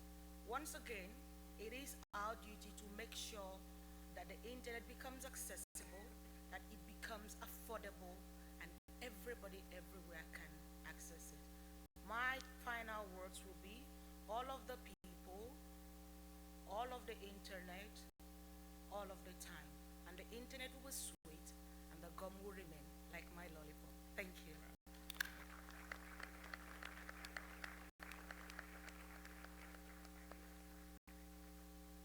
Thank you very much. Mrs. Janet Hoffman, researcher at the Social Science Research Center, Berlin, WZP. Welcome. Thank you very much, Mr. Chair, Excellencies, colleagues, ladies and gentlemen. I feel honored to be given the opportunity to offer my thoughts to this high-level meeting. The fact that non-governmental experts are now invited to contribute to such meetings reflects the degree of normality that the multi-stakeholder approach has achieved both in Brazil and in internet governance more general. A crucial issue for the future of internet governance beyond the year 2015 concerns the interpretation, the evolution, and application of the right to privacy and of data protection law. The internet has challenged the foundation of the human right to privacy in two important ways. The first concerns extraterritoriality. While international law is very clear about the obligation of states to protect the right to privacy within their jurisdictions, there is fundamental disagreement and uncertainty as to whether this obligation also applies outside of national jurisdictions. The second aspect concerns the role of private entities in the context of data protection. In the digital environment, a large share of data processing is carried out by the private sector, not by states.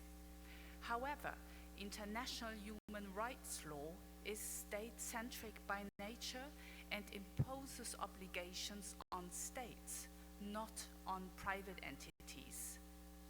As a result, the application of rights to privacy and data protection law in cross-border communication is more or less left in limbo, and we lack effective means to enforce it. Data protection experts now call for globally applicable and forcible data protection standards that would give citizens control over their data and be mandatory for both governments and companies. Likewise, the new UN Special Rapporteur on the right to privacy, Joseph Kanatachi, has expressed the need for a universal law that would address state surveillance and business models of internet companies. If we assess these proposals from the multi-stakeholder philosophy that has characterized internet governance since the end of WSIS, these proposals indeed touch on two taboos. The first taboo concerns the integration of national cybersecurity competencies into a human rights-based policy framework for the internet that would be possibly anchored in multi-stakeholder regimes. The second taboo concerns establishing binding rules for the global business of mining personal data. It is my belief that by breaking these taboos, we increase the range of policy options we have for collectively determining the future of internet governance. I'd like to end my intervention with an allegory. We owe to the French Revolution the insight that revolutions can turn into monsters which devour their own young. We owe to whistleblowers such as Edward Snowden the empirical evidence that the digital revolution has the potential to not only destroy itself, but also undermine basic democratic principles. In this room, there are many people who can play a crucial role in preventing the digital revolution from going down this path. Thank you very much.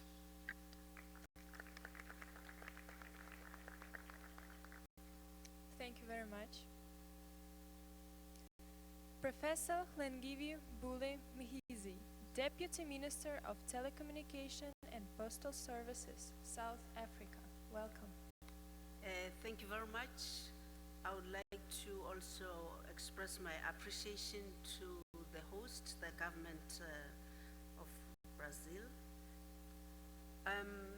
joining other colleagues, ministers, and researchers, leaders of the captains of industry, I must say I'm really honored to also participate in this high-level meeting. The Internet Governance Agenda post for 15, as we have all heard, it seemed to be a crucial point of discussion which is bringing us as the global community together. I take this as a preface to the WSIS +10 review that will be taking place next month, the meeting that will decide on the extension of the Internet Governance Forum. I just want to reflect on what the President of the Republic of South Africa said recently at the UN during the 70th United Nations General Assembly meeting. President Zuma, in his address, spoke about the need to transform international bodies, in particular the United Nations, so as to ensure that the 1 billion people in Africa are permanent members of key decision-making structures. He made this point on the basis of the fact that the world has evolved since 1945, and we are no longer colonies, but sovereign independent states. These sentiments for democratization of the international order ring true for Internet governance. It is self-evident that the Internet and the infrastructure is based upon is fundamental for the economies, social and security dimensions of all countries. Citizens of countries rely on the Internet for communication and in particular to access services from their governments.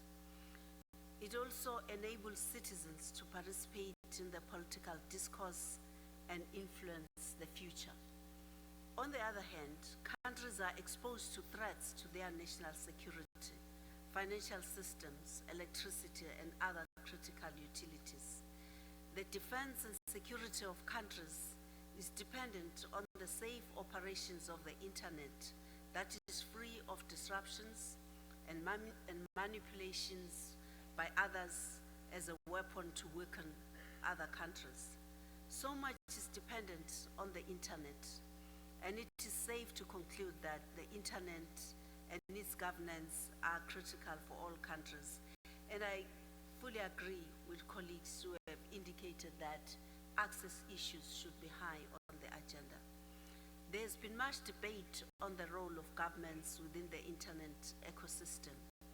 This debate at times tends to ignore the outcomes of the Tunis agenda for the information society that clearly outlined roles of different stakeholders. The role of governments is to address international Internet public policy. And of course, in democracy, governments do not work alone, they work in partnership with all stakeholders. To date, governments have not been afforded the opportunity to implement this outcome. We must be clear that we are not opposed to different stakeholders playing their respective roles, and in fact, we encourage smart, inclusive partnerships in the evolving Internet. The point that we must emphasize is that the governance of the Internet and security of its infrastructure is a matter of public policy between sovereign states that cannot be substituted by the involvement of any other groupings or role players. The important point to emphasize is really partnerships. There are more than 3 billion Internet users, and the intention is to get the next billion online. Going forward, the agenda for Internet governance post-2015 should ensure that Internet governance is representative and inclusive of all who have a role to play, taking into account the diverse geography and demographics. Secondly, implementation of paragraph 69 of the Tunis Agenda for the Information Society, which recognizes the need for enhanced cooperation to enable governments on an equal footing to carry out their roles and responsibilities in international public policy issues pertaining to the Internet. Furthermore, the principles of multilateralism, transparency, and democracy should be preserved. The WSIS Plus 10 review will decide on the extension of the Internet Governance Forum. We support the extension of the Net Governance Forum for another 5 years and propose that its role be reviewed to ensure that it evolves. In conclusion, as we move forward and find ways to connect citizens to the Internet for development in particular, let's also ensure that at the international level, Internet governance is not only inclusive, as by its nature, it cannot be otherwise. It must be informed by clearly articulated public policies for inclusion, protection, and development. I thank you.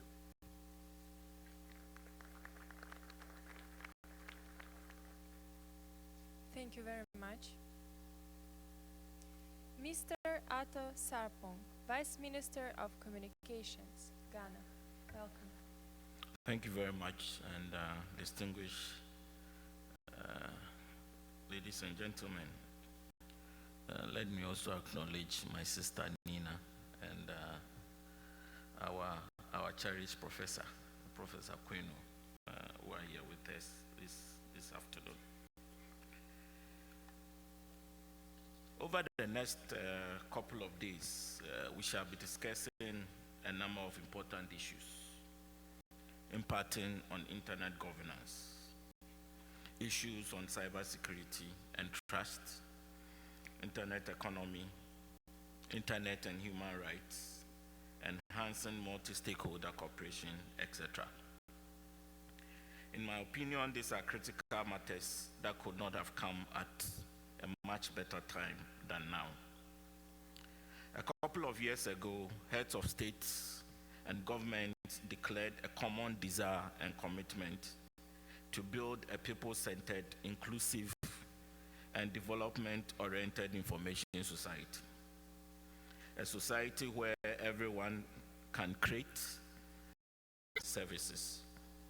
Through the Universal Access Fund, we have provided telephony and data services to over 120 deprived communities and have provided over 300,000 devices, computers, and various other ICT devices, and roped in the ICT environment hundreds of thousands of people who would have been denied access to the gift of the internet. As we deliberate over the next few days, let's put the consumer, that's you and I, at the center of our discussions. The information society cannot be realized until we get the unconditional satisfaction of the billions across the globe.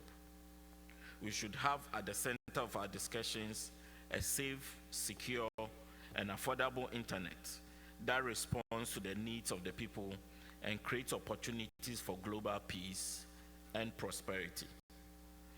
The issue of cybersecurity and child online protection is particularly of concern, and I'm happy to know that online security is one of the key agenda items to be discussed at this forum.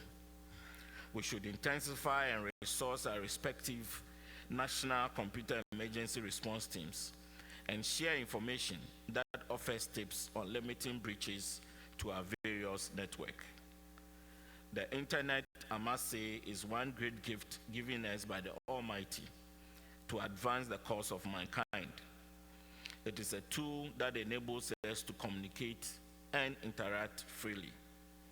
With the internet, lives have been enhanced, people have been empowered, and we've all been enabled. The internet is borderless, and the least we can do is to ensure it continues to be a safe environment for generations unborn. Let us make it available, let us make it accessible, and let us make it affordable to all people. And by so doing, we shall proudly say that we've been good stewards of this amazing tool. I wish us all a productive and fulfilling week. Thank you very much. Thank you very much. Mr. Steve Crockey, Chairman of the Board of the Internet Corporation for Assigned Names in Numbers, ICANN. Welcome.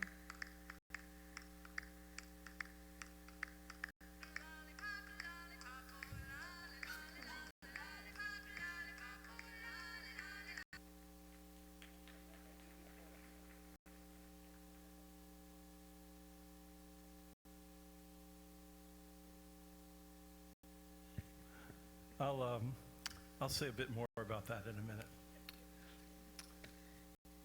Formal remarks first. Excellencies, thank you for inviting ICANN to make remarks this afternoon. I'd like to thank the Brazilians. I'll echo my friend Vince Cerf and incorporate by reference all of the other greetings. I'm very pleased to be here at the IGF at this important time.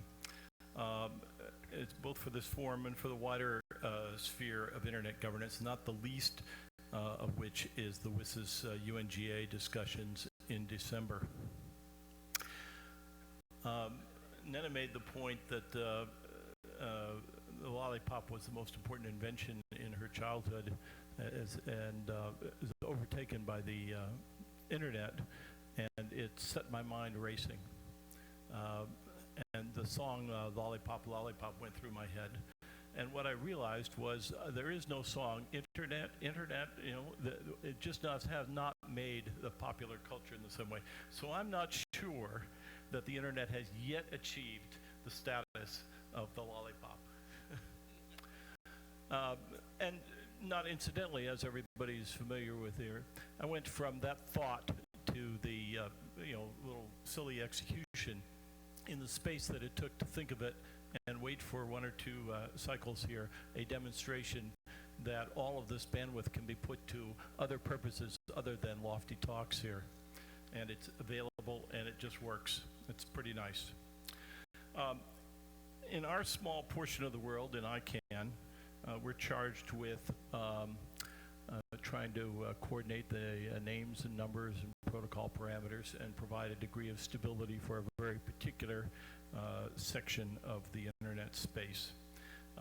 And I know, as everybody here, virtually everybody is familiar, there's a transition in place or in progress between the way we were set up with a contract with the United States government, Department of Commerce, and a end of that relationship and a degree of independence subject to community involvement and oversight and participation in a multi-stakeholder system. So when ICANN was formed in 1998, it really was formed from multiple perspectives. It had a very specific job to do, but also was intended to be a demonstration and a execution of this multi-stakeholder concept. As we've moved along for a decade and a half more and moved forward, I think that we're entitled to say that it's been a successful demonstration of multi-stakeholder operation. It's not the only possible way to do things. My colleagues in the Internet Engineering Task Force might well claim that they were doing a multi-stakeholder operation well before the creation of ICANN in their particular way. But the concept of involving people from all sectors of society is extremely important and has the benefit that the good ideas that are contained within whatever the organization is are then bought into and made use of across the entire society. As we have been discussing here and will continue to discuss, there are many, many issues in internet governance, many more to come, and particularly many that are not yet solved. One of the things that we think will happen is the creation of more organizations, each of which has a particular structure and a particular mandate, not trying to solve everything all at once, not trying to solve all of the possible problems. And so what will likely emerge is a ecosystem of organizations, with ICANN being a particular example, not necessarily the only example, nor even the only kind of example. And we look forward to that very much. So with that, we are looking forward to the future with great anticipation and with a degree of wonder and the waiting to see whether or not in the end the internet does or does not become more important than the lollipop. Thank you.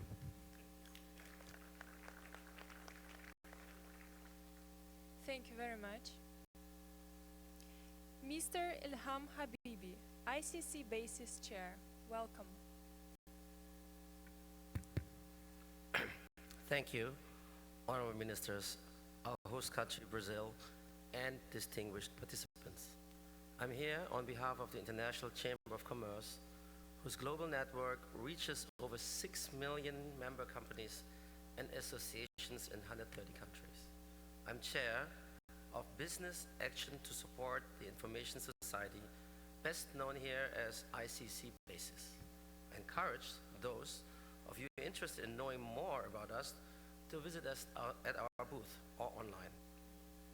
At this significant 10-year juncture of the IGF, we welcome this chance to consider the evolution of internet governance, in particular to concentrate our collective talents, expertise, and experience on how internet policies can advance the Sustainable Development Goals, or SDG. I want to first take a moment to recognize the extraordinary investment of time and energy that is made each year by the volunteer members of the Multi-Stakeholder Advisory Group, as well as by the chair, host country organizers, the IGF Secretariat, and UNDESA. Witnessing the enthusiasm and participation of so many stakeholders, you can pride yourselves on building the IGF as it was intended, a representative and inclusive forum on internet governance. Over 10 years, the IGF has evolved into an increasingly well-formatted opportunity to draw in diverse views. These perspectives enrich debates about governance of the internet, along with issues regarding governance on the internet. The IGF does not produce treaties or negotiated outcomes documents. It contributes enormously to developing a deeper understanding and dialogue that nurtures policy decisions that are more informed, more legitimate, and that avoid unintended consequences. It is important that we continue to invest in the value that the IGF delivers and build on its strengths.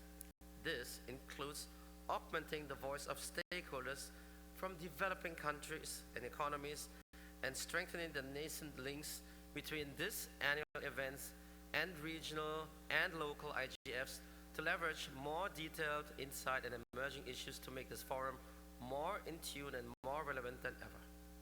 As we all know, the Sustainable Development Goals were launched in September by the United Nations.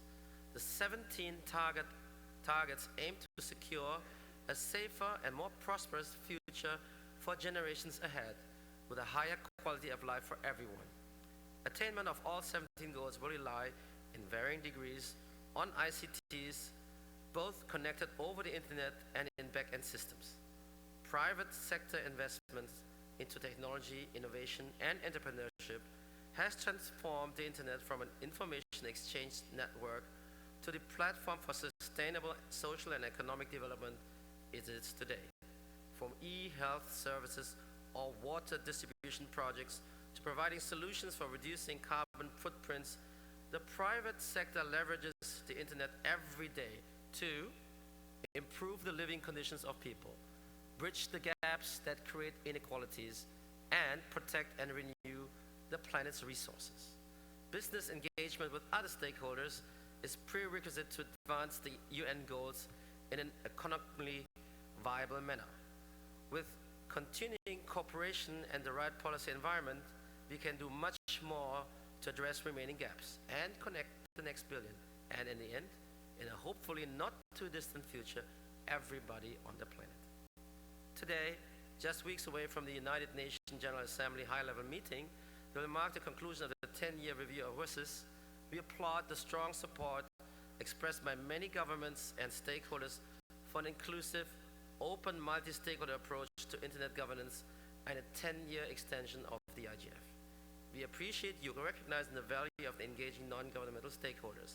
Already, there are so many projects and activities that have benefited from the stakeholders' cooperation. While there's no time right now to list the countless examples, I can say with great confidence that over the coming 4 days in workshops and main sessions, you will hear many ways in which these collective efforts bear fruit. We've come indeed a long way on the internet governance road. At this crucial milestone, let us reaffirm our commitments and refocus our efforts to meet the development aspirations set out in Geneva and Tunis agendas when the OSIS began. Thank you.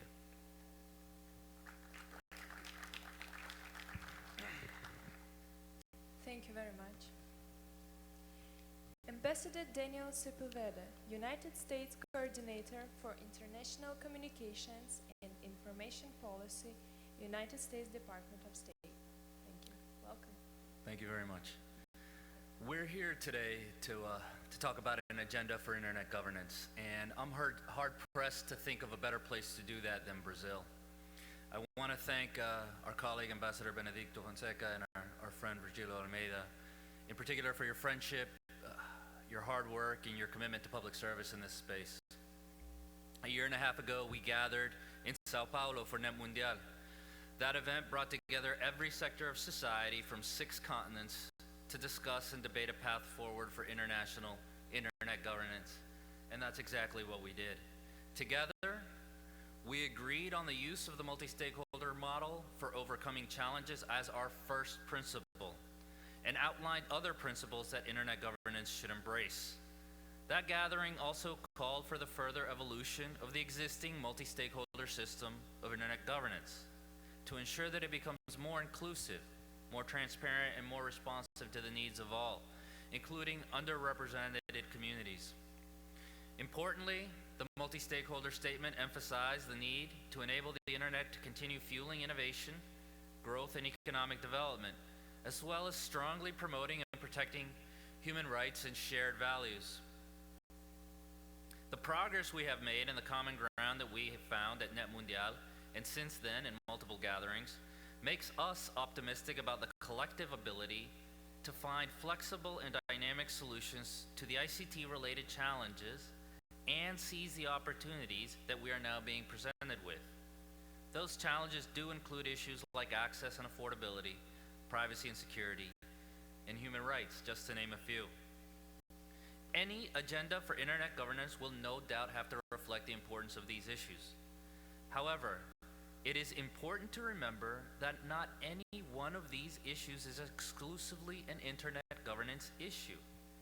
ICTs and the internet can be used both to increase and threaten our security, as well as to further or diminish the exercise of human rights. But the technology itself is not the cause of those threats or those violations.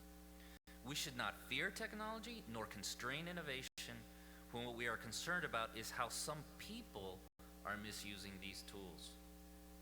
Now, this is a critical premise for our discussion because in forums like the World Summit on the Information Society Plus 10 Review, which we are all very familiar with, and our colleagues and our co-facilitators are managing admirably, we are seeing, unfortunately, some proposals and hearing some statements that are based on the belief that there is something about the internet itself and the way it is governed that must be changed in order to address the challenges I have listed.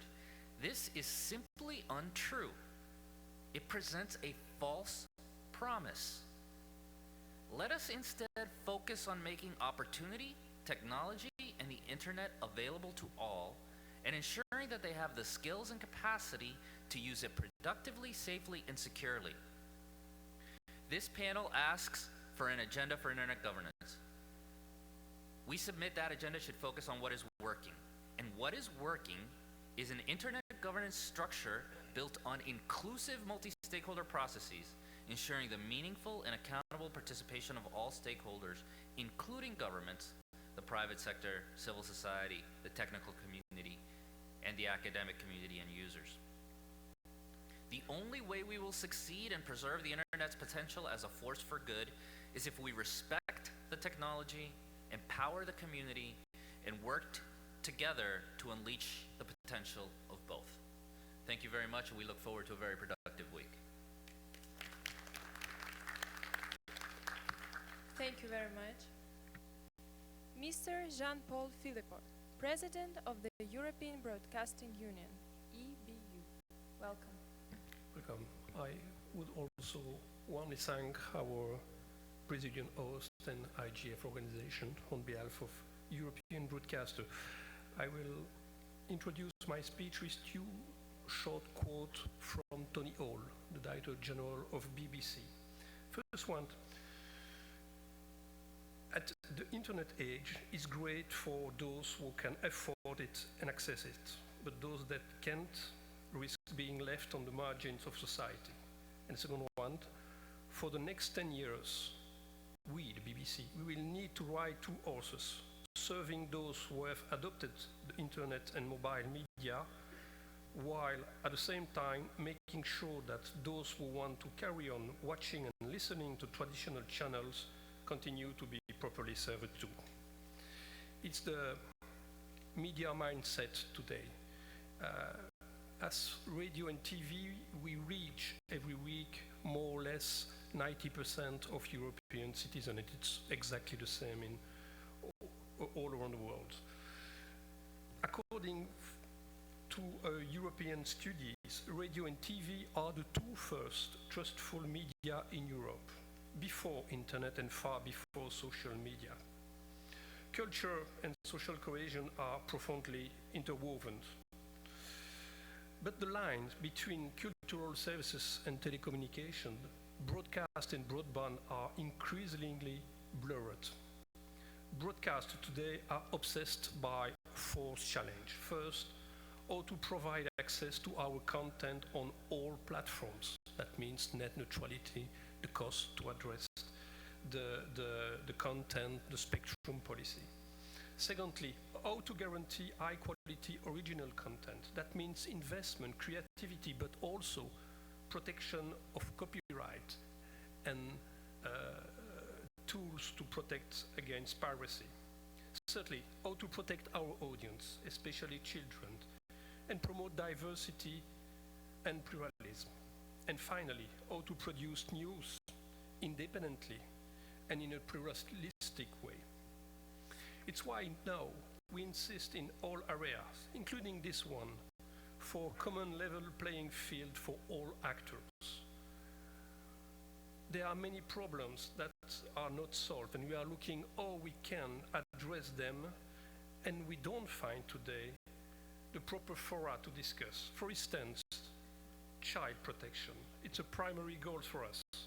In order to guarantee the same protection we offer to our citizens in the broadcasting world, also for our online services, we cannot count only on our source. We need national and international cooperation. We need the same priorities about security of the internet are shared by many other actors. We strongly believe in multi-stakeholders governance, but we are looking for more result-oriented process and bodies. And I will take the same example that a previous speaker, Mrs. Janet Hoffman, about the allegory of French Revolution. We fear on it.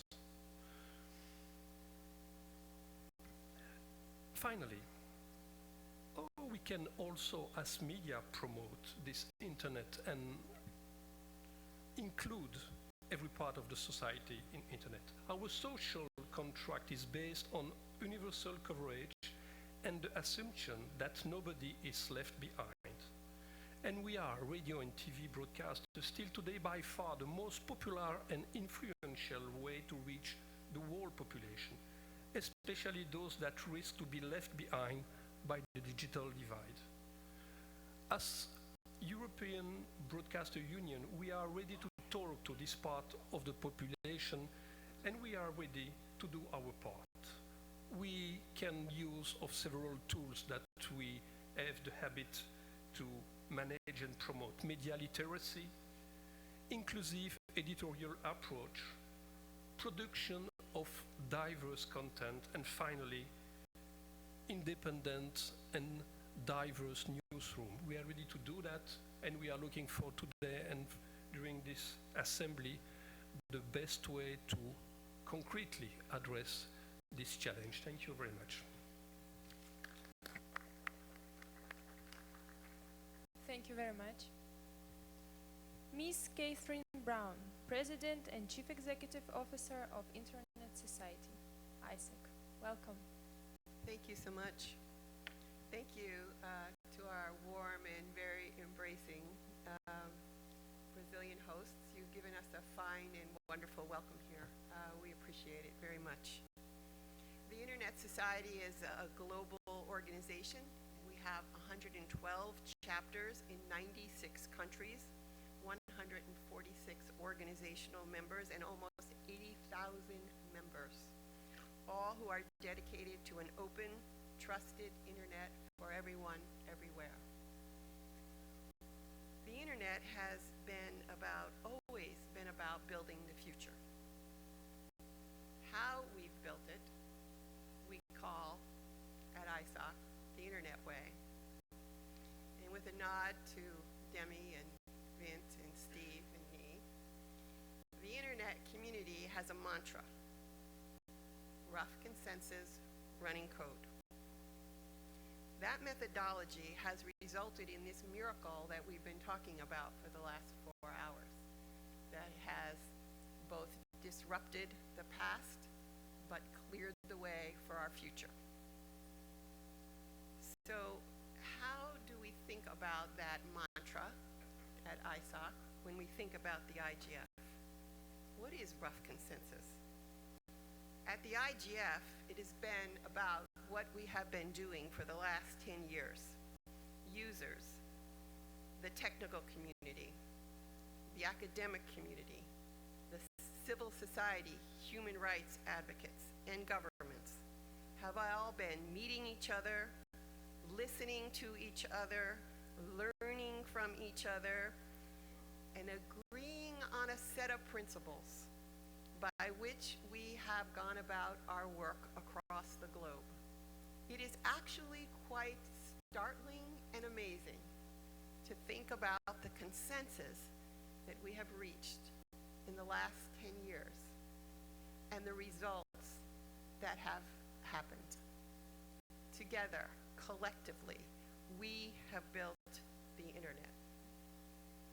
This idea about governing is also central to these discussions. I like to say, you don't govern the internet, we govern ourselves. And that takes this constant dialogue across the globe with very, very different points of view that allow us to come to some settled ideas. There will always be other ideas, there will always be new ideas, and thus this idea of running code. What could it possibly mean here? It means experimentation. We experiment, we innovate, and then we move forward. We reinvent, and then we move forward. We form alliances, we collaborate, and we act, and then we move forward again. This has been our tradition. This has been our culture on the internet, and it's one that we need to hold on to. Over the last 10 years, the Internet Governance Forum has given us a place, an opportunity, and a goal to forge bonds, to view and voice our aspirations, to learn from each other, and to express our solidarity in this idea, this reality, and this potential of this thing that we call the internet. We have, in addition, deepened our dialogue and our understanding with very diverse, culturally diverse, geographically diverse stakeholders, including governments. It has been actually an experiment that will be talked about for centuries if we are successful. But now it's time to move forward again. I too am heartened to hear that we may well get a 10-year extension of this forum, something we didn't know and we were worried about not happening. In 10 years from now, we will know and we will understand that either we have achieved a globally connected, open, trusted internet for everyone, or we will have failed. It seems that then it is now the time, as we hopefully start our next 10 years, that we reassert our commitment to this bottom-up, multi-stakeholder approach and begin to invent, experiment, and innovate for the future. Because we have two imperatives as we move forward in the 21st century. The internet has evolved, it has changed, and it has left us right now with two huge challenges. One, to connect the 60% of the world that is not connected. We cannot abide with a world that is divided digitally, that, as someone said, is divided economically. We cannot deny what is the central nervous system of our economies to half of the globe. And we will not achieve the development goals in the poorest countries of the world if the poorest countries of the world are not connected to the internet. Thus, imperative number one, we need to connect the rest of the world. And imperative number two is just as crucial: trust. We need to ensure that this tool, this transformational network of networks, is trusted. Trusted with users' data, with their identity, with their privacy, with their freedom to express their human aspirations. So I am looking forward to working with all of you this week. We at the Internet Society are dedicated to this forum. We are thrilled at where we are. Giannis, the BAG, the organizing folks have worked very hard this year to take this forum and make it more substantive, make it clearer about the outcomes we would like to see, make it clearer as to how we share with each other. So as we face the future together, let's consider that we have the future in our own hands and take this thing we have all created together and let's bring it forward to the future. Thank you very much. Thank you very much. Mr. Ni Quaynor, Professor of Computer Science at University of Cape Coast, Ghana. Welcome. Thank you very much. His Excellencies and distinguished guests, I think I'll evoke the VINCEF subroutine and proceed. I'd like to make the following observation. In the 90s, there was a lot more control of communications. And in fact, as we tried to introduce the internet, we had to face those controls as well. For someone who has scars to show, I think we don't want to go in that direction at all, at all. Okay. Now, the internet tends to grow fastest at the edge. And so it's very refreshing for me to see that the developing world is making very good efforts to own its own information society by making heavy investment. And I can say that policy authority is engaged, at least in these parts of the world, and in Africa and in Ghana, I believe that is true. Many many countries have actually prioritized internet and ICT. And this follows the effort in the early years to mainstream ICT into all UN development works. And I think has had an impact. Now, currently, the priority is affecting infrastructure development. There's very heavy infrastructure development going on.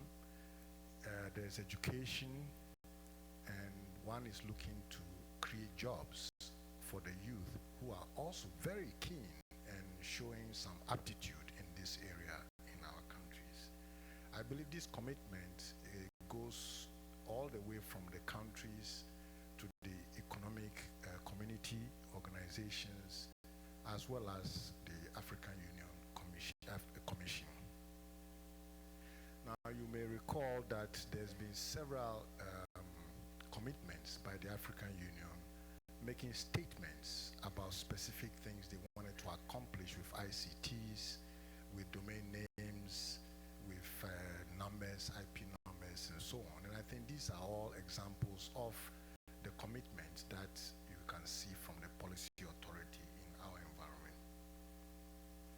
They are going to build all these things if we don't come around. You come, they will do it together. But if we don't, they will still do it anyway because they see it as a priority and a need, and one that has major economic impact, and so they wouldn't want to miss it. And I'm stressing this to point the need for more collaboration, a slightly different approach than we have been following in the past. I think we are ready after 2 decades of building our technical community. We have organizations that are focusing on managing our resources for the internet, both names and numbers, working very well. And many of these organizations were in fact seeded by way of funding by governments. So it's not like we went ahead by ourselves to do things. We collaboratively did things. There are even groups that are now emerging dealing with the security issue by helping governments and other organizations begin to establish response teams, both for national as well as for various domains that they have. And I think these are all positive examples of our readiness and the collaboration that has occurred. Now, I think what we need, knowing that we have a market, and the market is growing, and we have exhibited some know-how, and the local policy environment is also shifting. It's also improving. It's becoming more robust and more open. And I'll say thanks to the IGF and various other initiatives that are attempted to take some global positive things to the national level. And I think the IGF in particular at the national level is improving the local policy environment, is hardening it, is making it more robust, and certainly much, much more open. And I think those are good things. The multi-stakeholder approach to policy in this fashion, I think, is very good for our environment because it begins to improve policy processes across the board. And I like to see that maintained, meaning the country IGFs are extremely important in influencing policy processes at a local level. Now, perhaps if we are this ready, what we need may not be the traditional form of aid. We need to rethink how we support developing world. In this case, we are probably looking for more community support and more collaboration, and maybe strengthening the existing institutions and nurturing new ones that can improve the ecosystem that we have may be the right way to go. And holding tightly our commitment to public interest may in fact be a very good approach to what we want. Many of these countries are involved in reform processes engendered by the internet. We are looking at reforming our educational system. Many of our university programs are still going the old traditional way. And when we introduce the technical things, it becomes purely practical, and that also is not good enough, because we have to strengthen the formal educational system such that we can also produce the good people of the future to build the internet that we want.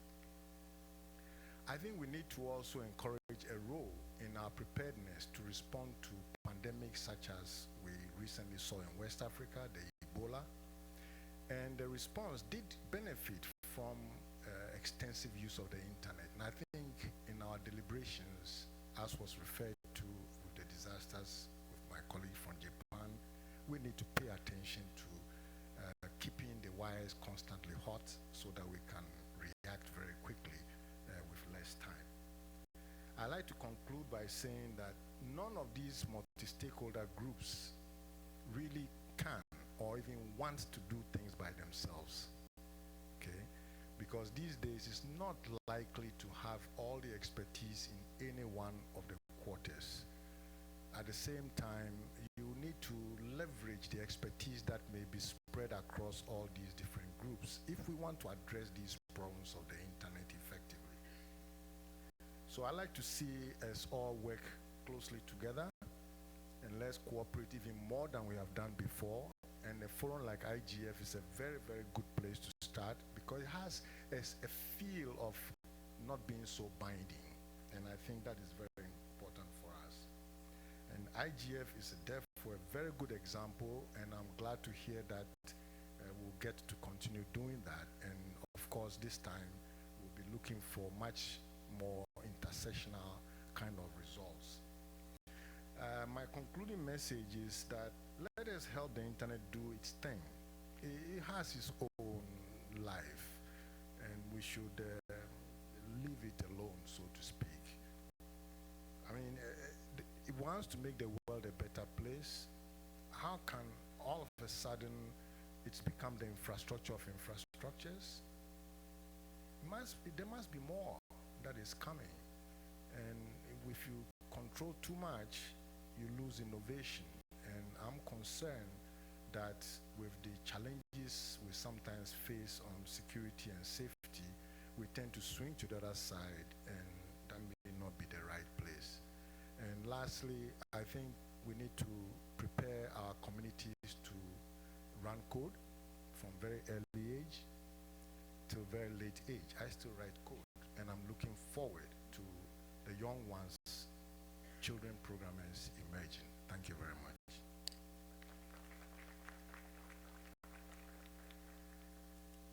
Thank you very much. Mrs. Francilini Procopia Garcia, Secretary of Science and Technology of the State of Paraíba. Welcome. Thank you. So, good afternoon to everyone. Welcome to Brazil, to Paraíba, and to João Pessoa. I just say some few words in Portuguese. É uma satisfação estar aqui como secretária de Ciência e Tecnologia aqui do Estado da Paraíba, mas também como presidente do Conselho Nacional de Secretários de Ciência, Tecnologia e Inovação no Brasil. Esse conselho ele tem um assento no Comitê Gestor da Internet do Brasil e, portanto, é uma imensa oportunidade para que nós que estamos exercendo a função pública num tema tão crítico e crucial para os avanços de sociedades como a nossa, nos traz e nos coloca sempre e inspira novos desafios. Eu queria só fazer algumas poucas colocações em acréscimo ao que já foi dito anteriormente a essa minha fala. Nós sabemos que dentro desses desafios com os Objetivos do Desenvolvimento Sustentável, nós lidamos com uma série de limitações, né, que fazem com que a gente viva, por exemplo, em regiões como a nossa aqui no Nordeste brasileiro, uma grave crise hídrica, ou seja, lidamos com a escassez de um recurso que é fundamental à vida, que é a água. Se a gente fizer um pequeno paralelo desse cenário que vivemos e olharmos há 2, 3 décadas à frente, podemos afirmar que a internet não poderá ser, no futuro, um recurso escasso. A internet, de fato, terá que ser um recurso como outros, que tem que ser acessível e presente na vida de cada um. O que nós temos observado é é que, do ponto de vista dos avanços das tecnologias, independente das limitações que ainda nos desafiam, a gente tem algumas boas práticas, sobretudo no âmbito da governança. O exemplo é este fórum. A forma multissetorial como se discute os temas faz com que tenhamos, na multiplicidade de visões dos diferentes atores, uma lente mais precisa para que nós possamos identificar os problemas reais da nossa população, seja onde ela estiver, independente do nível de estágio do desenvolvimento de suas economias, e também as melhores soluções para que a gente possa lidar de forma mais acelerada com esse desenvolvimento. Então esse é um ponto que eu queria deixar. A forma multissetorial de lidar com a questão da internet é fundamental para que a gente tenha essa lente mais precisa, não só na identificação de problemas, como também de soluções. Nós sabemos que um dos gargalos ainda é a chegada da infraestrutura em todos os recantos. Essa chegada da infraestrutura não deve ser cobrada pela sociedade de uma forma geral como meramente um compromisso das iniciativas públicas. Nós temos que ter cada vez mais modelos em todos os países, de acordo com as suas legislações, que sejam mais equilibrados para equacionar o problema dos investimentos em áreas que são de natureza coletiva. Um segundo ponto que eu queria destacar, também já colocado aqui, é que uma grande aprendizagem que o IGF nos traz, e certamente ampliará nessa 10ª edição, é exatamente a questão de que em cada setor específico que participa do IGF, nós temos uma compreensão que se multiplica para que a gente resolva e compartilhe cada vez mais a questão das boas práticas, né? Isso que a gente tem visto. O Brasil tem dado um exemplo, outros países têm dado seus exemplos, e a gente precisa ter um entrelaçamento maior, de forma, eu diria, multinacional, no crescimento dessas fronteiras. E, finalmente, eu queria concordar com os colegas aqui que um ponto crítico para esses avanços tem a ver com a formação desses usuários, ou desses cidadãos que precisam ser melhor incluídos em qualquer parte do mundo. Essa formação ela tem que começar nas idades pequenas, tenras, e avançar ao longo da formação profissional. Mais uma vez, eu queria agradecer a oportunidade e dizer que nós estamos aqui para contribuir também conjuntamente até o final. Have a nice time, João Pessoa. Thank you.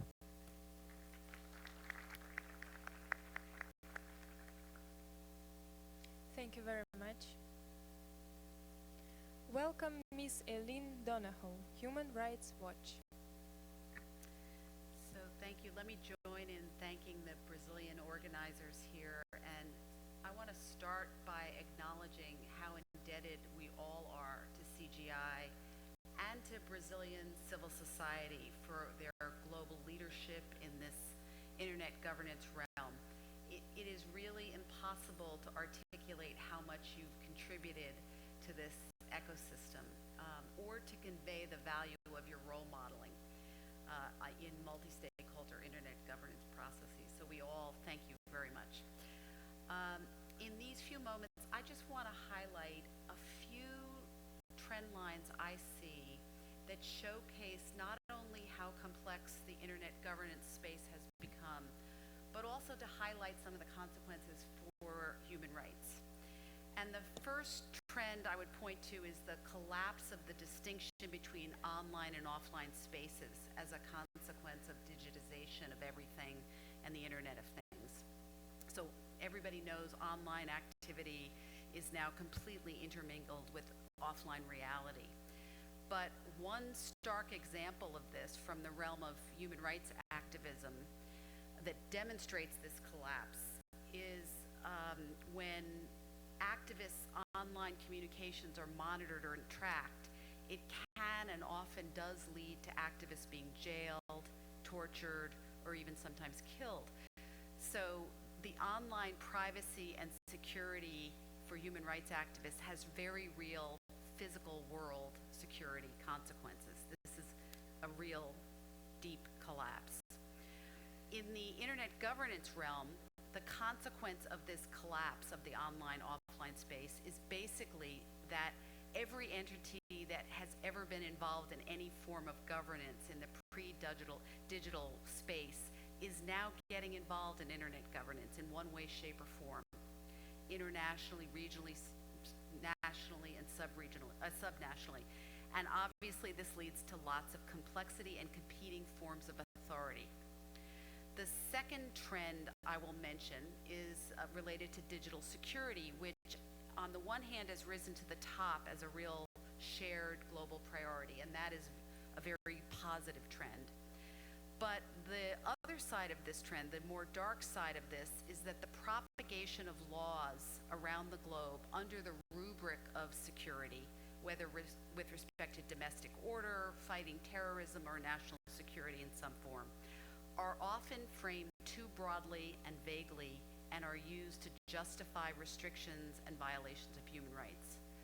So although digital security is very important to the exercise of human rights, we all need to do a better job of articulating how to protect all dimensions of security in a way that's consistent with human rights obligations. The third trend I'll mention that flows from all this new involvement of various governance entities in the internet space is fragmentation that's happening both of the internet itself and on the internet. Of the internet is basically happening through technical policies at the architectural level or protocol levels that sometimes have the effect of undermining the open interoperable platform itself. And from a human rights point of view, this is really damaging and a dangerous trend for the exercise of especially free expression and freedom of assembly and association. The other dimension of fragmentation that is happening is on the internet with respect to laws and policies that relate to political, social activity and content. And on the one hand, variability of laws that affect social political life is not necessarily bad, to the extent that these various fragmented strands of policy at these social political levels drop below a human rights standard. Each of these sub-policy fragments does end up undermining and eroding the universal human rights framework. And that ultimately has a negative effect on the enjoyment of human rights. The fourth trend I'll quickly mention that flows from all these domestic laws that have been drafted to control some aspect of the transboundary flow of digital information is that domestic laws can end up having an extraterritorial effect. And as a consequence, government policy making in one jurisdiction with respect to their own citizens can have a great effect on the enjoyment of human rights of citizens in other countries and jurisdictions. And we all need to figure out how to best address these overlapping extraterritorial effects in a way that respect the human rights of everyone. And finally, I'm just going to mention an important trend, which is the dramatically expanding role and effect of digital tech companies on the enjoyment of human rights, and the corresponding burden shifting that is happening from governments to the private sector for these private sector entities to participate in traditional government activities such as law enforcement, foreign surveillance, and counterterrorism. And here we are in need of a lot of deep thinking about these new roles and responsibilities for the private sector and how they can respect and protect human rights with their new responsibilities. The bottom line is that all these trends show great increasing complexity in internet governance.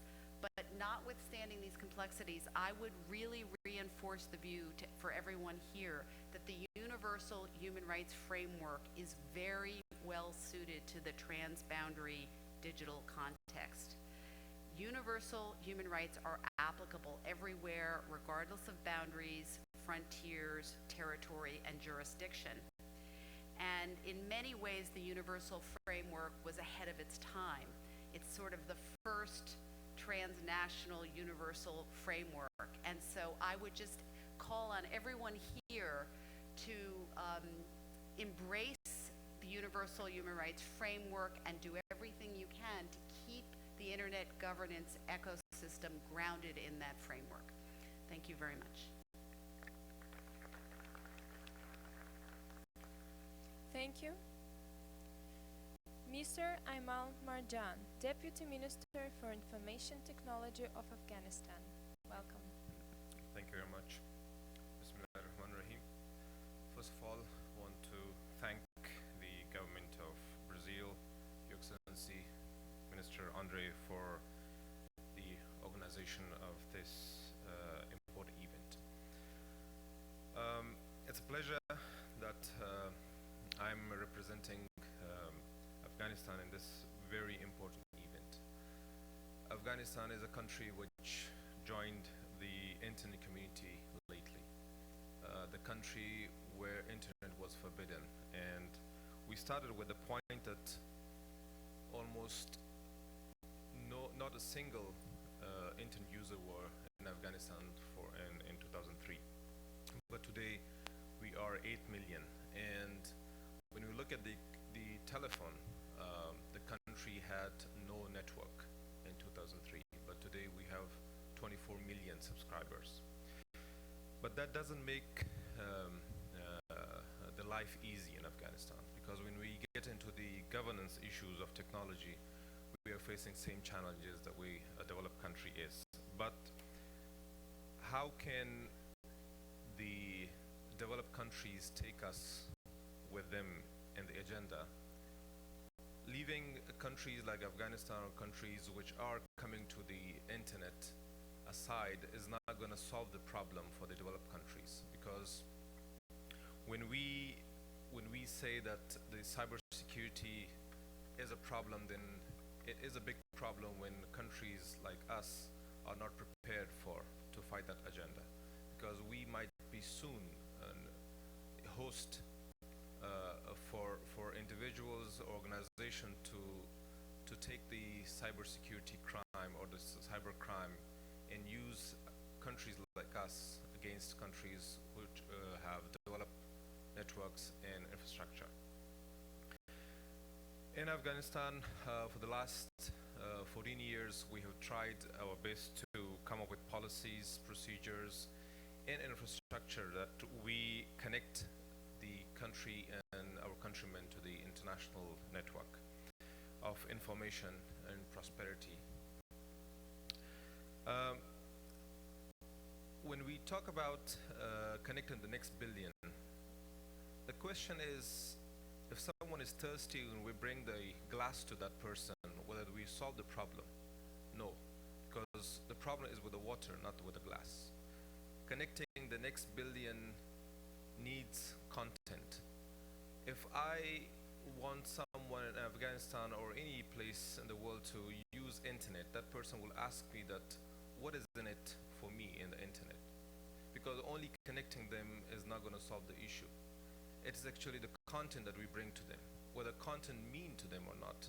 Is it the content up to their requirement or not? Whether content is safe.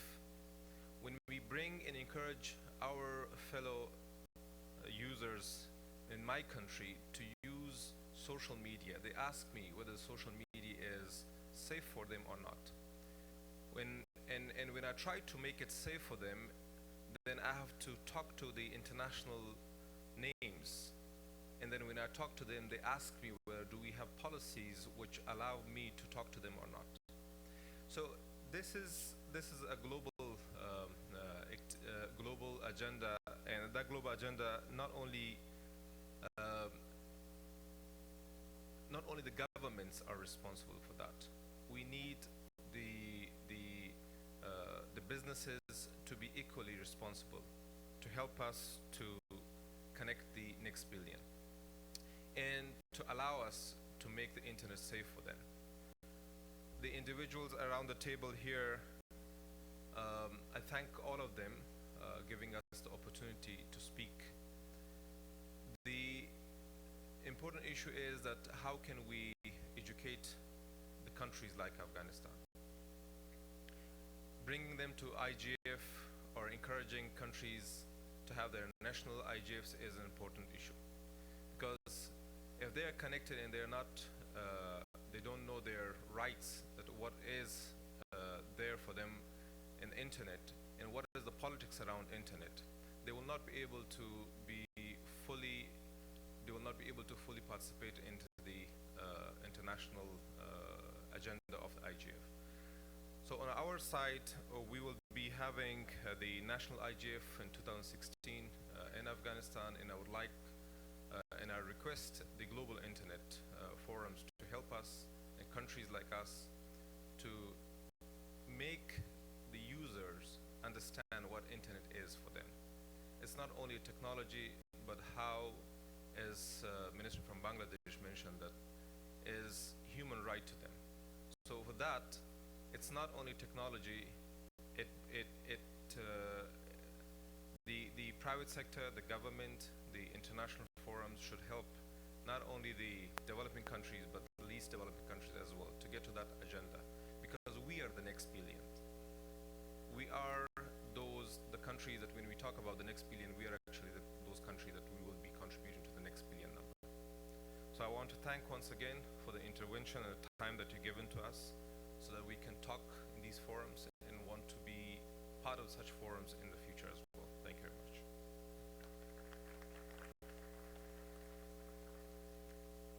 Thank you very much. Welcome Mrs. Megan Richards, Principal Advisor, European Commission, Communication Networks, Content and Technology Directorate General. Thank you very much. It's a wonderful pleasure to be able to be here, and I join all the others who've given their very thorough thanks to the organizers. There seems to be a perverse relationship always between the amount of sun outside and the heat and the amount of dark and cold inside, but that's typical, I think, of these meetings. But since we're looking at the future of internet governance after this 10th Internet Governance Forum meeting, I thought it might be useful to have a quick look at what's happened in the past. Thing that I wanted to mention in particular here, many of you have heard about it and we'll continue to work with all of you together. But the other aspect is to show that out of those 10 meetings, as I said, in 5 different regions, 2 of those have been in Brazil. And Brazil has been really a leader in making sure that internet governance has developed as it has. We use the CGI as an example of the multi-stakeholder model for internet governance. It shows also the very good success of that model, which is followed in other countries. Even in Europe, some of our European countries have adopted the CGI model. So this interchange between different ideas is something else that in the IGF we find extremely useful, to exchange what you call good practices in Portuguese as opposed to best practices. And I think this in the future is something we have to really encourage and develop further. And in that context, I wanted to mention one of the issues that's identified in the WSIS Plus 10 review. And I appreciate, of course, very much the new outcome document, the new draft, I should say, which underlines as well the importance of enabling environments in developing and rolling out the digital economy. And I think this is also an important element in terms of future internet governance, making sure that an enabling environment is there and is working. And again, here the exchanges of good practices can be really very beneficial. And I use the example of Brazil again, which is one of a number of countries where we have very good relations and exchanges of regulatory provisions which make internet access and use even more beneficial, put it on in a competitive environment.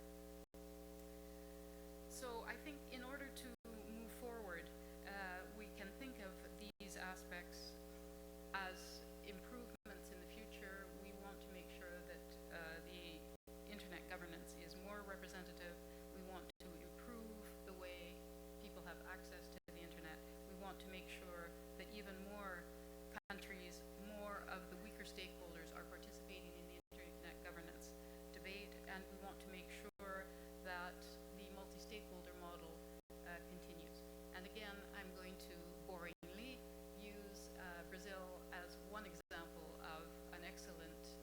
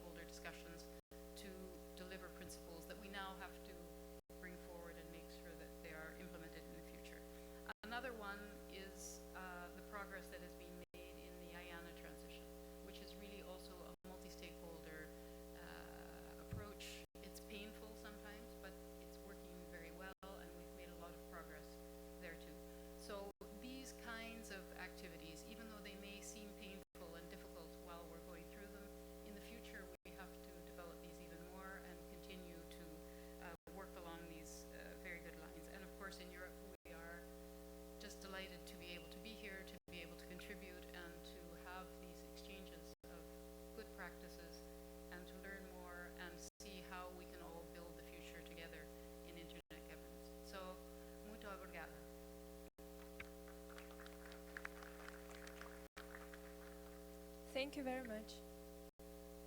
Mr. Alessandro Granuel, Chairman of the Brazilian Computer Society. Thank you. Like my Brazilian colleagues and Russian colleague, I'm gonna speak in Portuguese as well. Boa tarde a todos, senhoras e senhores. Assim como Demi, a Francilene, o secretário Virgílio, eu também sou membro do Comitê Gestor da Internet, CGIBR, mas hoje eu tenho a honra de representar nessa mesa a Sociedade Brasileira de Computação, a SBC. Permita-me brevemente apresentar a SBC e como a comunidade científica brasileira pode contribuir para as discussões, em especial em razões técnicas, para o futuro da internet. A SBC é uma sociedade científica e tecnológica em computação que tem como objetivo ser a voz de cientistas, pesquisadores, profissionais, professores e estudantes da área. Como em outras sociedades científicas, a SBC ela é organizada num conjunto de grupos de interesse, ou SIGs. Diversos desses grupos tratam de questões comumente abordadas no IGF. Vou citar duas delas, como é o caso de neutralidade de rede e segurança. Nos aspectos de segurança, por exemplo, a SBC acredita que a tecnologia precisa evoluir de forma que ela possa ser amigavelmente utilizada pelos usuários finais ou, como disse o secretário Virgílio, pelos cidadãos, já que usuários se torna um termo obsoleto hoje em dia. Não é possível hoje assumir que os cidadãos sejam capazes de encriptar suas mensagens apesar da existência da tecnologia, uma vez que essa tecnologia ainda não é amigável para o cidadão comum. Em termos de neutralidade de rede, não é suficiente declarar que a internet precisa ser neutra, como se faz comumente, mas a gente precisa também de mecanismos que permitam ao cidadão verificar a violação dessa neutralidade e, em caso isso sendo detectado, que esse cidadão possa reagir. Hoje, o cidadão ainda não é capaz de verificar se a rede é ou não neutra. A internet deve continuar sendo livre, garantindo liberdade de expressão e, é claro, inovação. A internet deve ser libertária e permitir que os cidadãos tenham condições homogêneas de resolver os seus problemas inovando, bem como consumindo conteúdo que lhes permitam evoluir em termos sociais e culturais. As tecnologias da internet do futuro devem ser concebidas com isso em mente e, em especial, o emprego dessas tecnologias deve perseguir esse objetivo.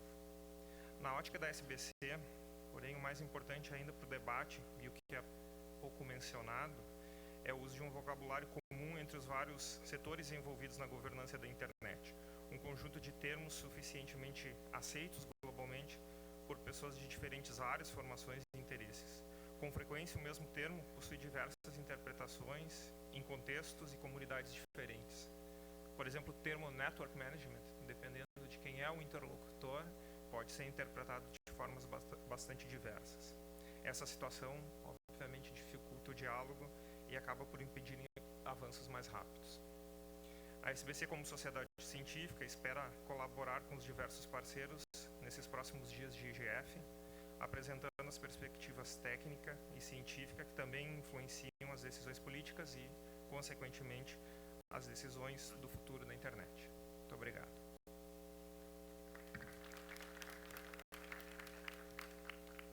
Thank you very much. Welcome, Mr. Christopher Stack, Telefonica SA. Thanks very much, and it's really a pleasure to be here and to be able to address you all. For the ones who do not know Telefonica, we are a communication broadband provider, and in fact, most of you might use our services while you're here in Brazil. We operate under the brand of Vivo, and I think you will have a chance to use that service. I would like to focus in a couple of minutes on the challenges we see for the internet. First of all, I agree with what many of the other speakers have said before, that the main challenge is to get people connected to the internet. I think it's obvious that it sounds quite strange to someone when we speak about policy issues of the internet when this person is not even able to connect to the internet. I mean, obviously that's the first step to be able to get all the great benefits for our societies and economies, to get these people connected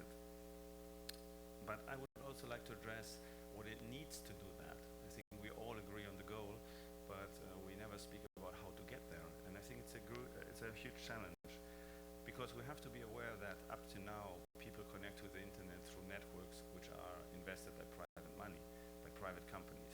These are private investments. The servers the internet is running on and it's hosted on are private investments. This is not kind of a public domain, as many tend to say. Of course, the value of the internet is a public good, but I don't think that the underlying infrastructures and investments are yet there. So what I believe is that you have to be aware of the efforts happening here and happening every day going forward. Telefonica alone has invested in this region of the world, in Latin America, over the last 25 years, 120 billion euros. 120 billion euros, this is around the public debt of the state of Spain today. So this is what you have to do to get people connected to the internet. And I think the government should really foster these efforts. They should create the right and adequate policy frameworks to be able to do these investments. There needs to be spectrum available, because most of these people will connect the internet through mobile networks. So this is very crucial. This needs to be made available at the right time for the right price, so people buy it and roll out networks afterwards. This is what we have to do for creating the right conditions, I think, for getting people connected to the internet. Secondly, how can we keep the internet open? And we also share that goal, to be honest. The internet was founded on open standards, interconnectivity, and this has created this platform that actually everyone can access and use and innovate and create this huge value. But we need to make sure that this nature is also safeguarded while we're undergoing this change to a mobile internet I just mentioned. And this mobile internet is necessarily increasingly accessed through smartphones and applications, and not anymore through computers, browsers, and the World Wide Web. And this is a profound change. It is good because it's giving people the opportunity to use their smartphone to get access to the internet, but there's a totally different underlying situation. So what we need to make sure as well is that the internet is creating the right confidence and trust to users. Our lives are getting increasingly digital. We're doing everything. I mean, online and offline is getting the same, but people will not going forward use that internet the same way if they don't have this confidence and trust. And this means creating the adequate protections of privacy, and also make sure that the use of the internet is safe and secure for all. So I think these are the three main issues we see currently, and we need to tackle to go forward. And I think it's clear that no one on its own will be able to do that. This is why it's so important that we continue to build the governance of the internet on a cooperation between all stakeholders and also governments. Governments are of course a crucial part of that, but we will need also the expertise, the support and the knowledge of all stakeholders if you want to get the best solutions for our societies and economies. And when we speak about the global governance of the internet, we have to speak about the IGF. It is here at the IGF where we have the central platform for debate and engagement between all of us. It is good to hear that we are planning to expand the IGF's mandate for another 10 years.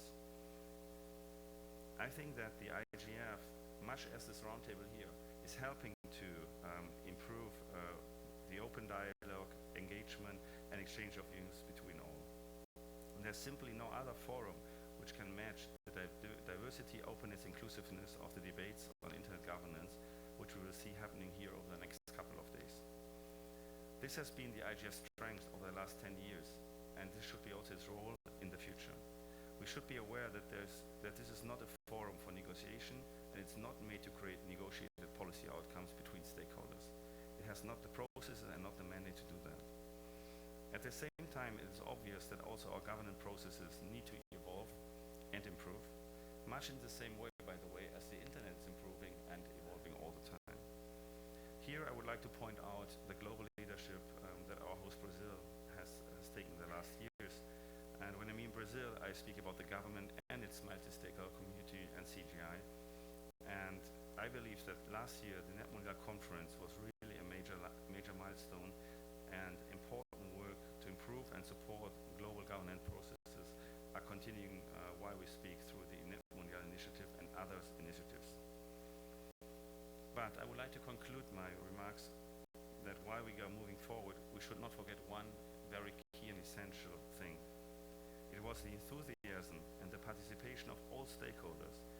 investments by private companies, and the energy of many individuals and human beings that has created the internet as we know it today. And I believe really that should be the way how it should stay also for the future. Thank you.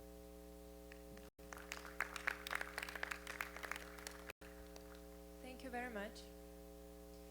Welcome Mrs. Andriette Esther Huzin, Executive Director of the Association for Progressive Communication. Thank you very much, and thank you very much to our Brazilian hosts, CGI, the Ministry of Communications, and the state of Paraíba. It's really good to be here.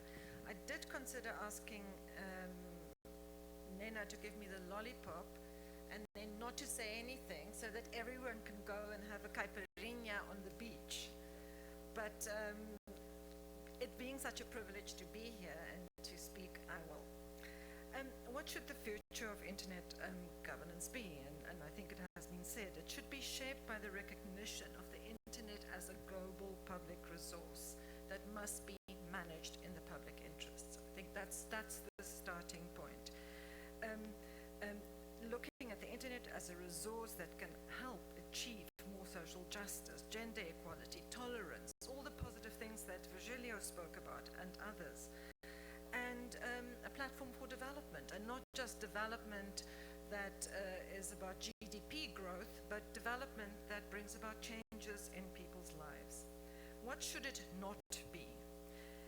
It should not be an internet governance agenda that is shaped by fear, by increasing surveillance, by militarization of the internet, by this notion of the internet as a dangerous, insecure, dark space populated by pedophiles, terrorists, drug dealers, and thieves of intellectual property. We are the internet, the people in this room, and all of those we work with and collaborate. We are the people that populate the internet. Bad people exist everywhere. And this narrative of the danger of the internet is driving a type of regulation that's actually limiting us maximizing and utilizing the potential of the internet. For example, it's encouraging disproportionate enforcement of copyright, restrictive media and content regulation, and limits on free speech. When we talk about security, and we should talk about security, but security should be about the resilience of the infrastructure, about what happens to this infrastructure when climate change brings about more natural disasters, when there's drought, when there's not enough electricity supply to support it. And security should also be about the security of the users, of their data and their transactions on the internet. So how do we build this positive future of internet governance? I want to suggest two things. I think firstly, we stop thinking that multi-stakeholder and multilateral approaches to internet governance are mutually exclusive. That enhanced cooperation among governments is undermined by inclusion of other stakeholder groups and by diversifying of these inclusive policy-making spaces. States who are concerned about their sovereignty being undermined should consider what their primary role is, because it is important. The role and the sovereignty of states is really relevant. Are they doing enough to fulfill their responsibilities to uphold rights, to ensure public participation in all policy making, to build partnerships to ensure sufficient access, as Christoph was saying? Are they participating in the IGF? Are they using the opportunity provided by these multi-stakeholder spaces to listen and to learn and to enhance their own capacity, and to become in that way more influential globally? Developing countries are not effectively or sufficiently represented in global internet policy spaces. They are not heard sufficiently. But the way to be more influential is not to retreat into this domain of just sovereign state relations. It's actually through building more partnerships and being more inclusive. Secondly, I think we need to stop thinking that all rules are bad rules. We need to drop this assumption that the internet will be destroyed by some form of regulation of the internet. If we want an open and inclusive internet that is fair and a fair marketplace for those that are doing business on the internet, as well as fair for users, we need to protect it. And what form of regulation, what do we need? Do we need a normative framework? And that is the discussion that we need to have. If we wanted a public resource to be managed in the public interest, how do we ensure that? This doesn't mean we need necessarily new rules. I think we have an established international human rights framework. We understand the value of the principle of network neutrality, of open and competitive markets, fair taxation. So how do we ensure that these practices are integrated into internet governance? I would say we start with the Net Mondial statement and principles. It was a very significant achievement that was built not on just one event, but on thinking and participation of many different stakeholders. So I want to urge all of those who do believe that there's value in a normative framework, and those who did not sign up or support the Net Mondial statement to re-engage it, to reread it, to think about how to improve it, to talk about it at a national level, within UN spaces and in multi-stakeholder spaces, in industry spaces. And let's plan on developing this normative framework that can guide and underpin internet governance. And I'd be even more specific. So let's try to have this by 2020, and then we can come back to Brazil to celebrate the IGF's 20th anniversary in 2025 or 2026, and then we will have achieved a very substantial outcome as a multi-stakeholder internet governance community.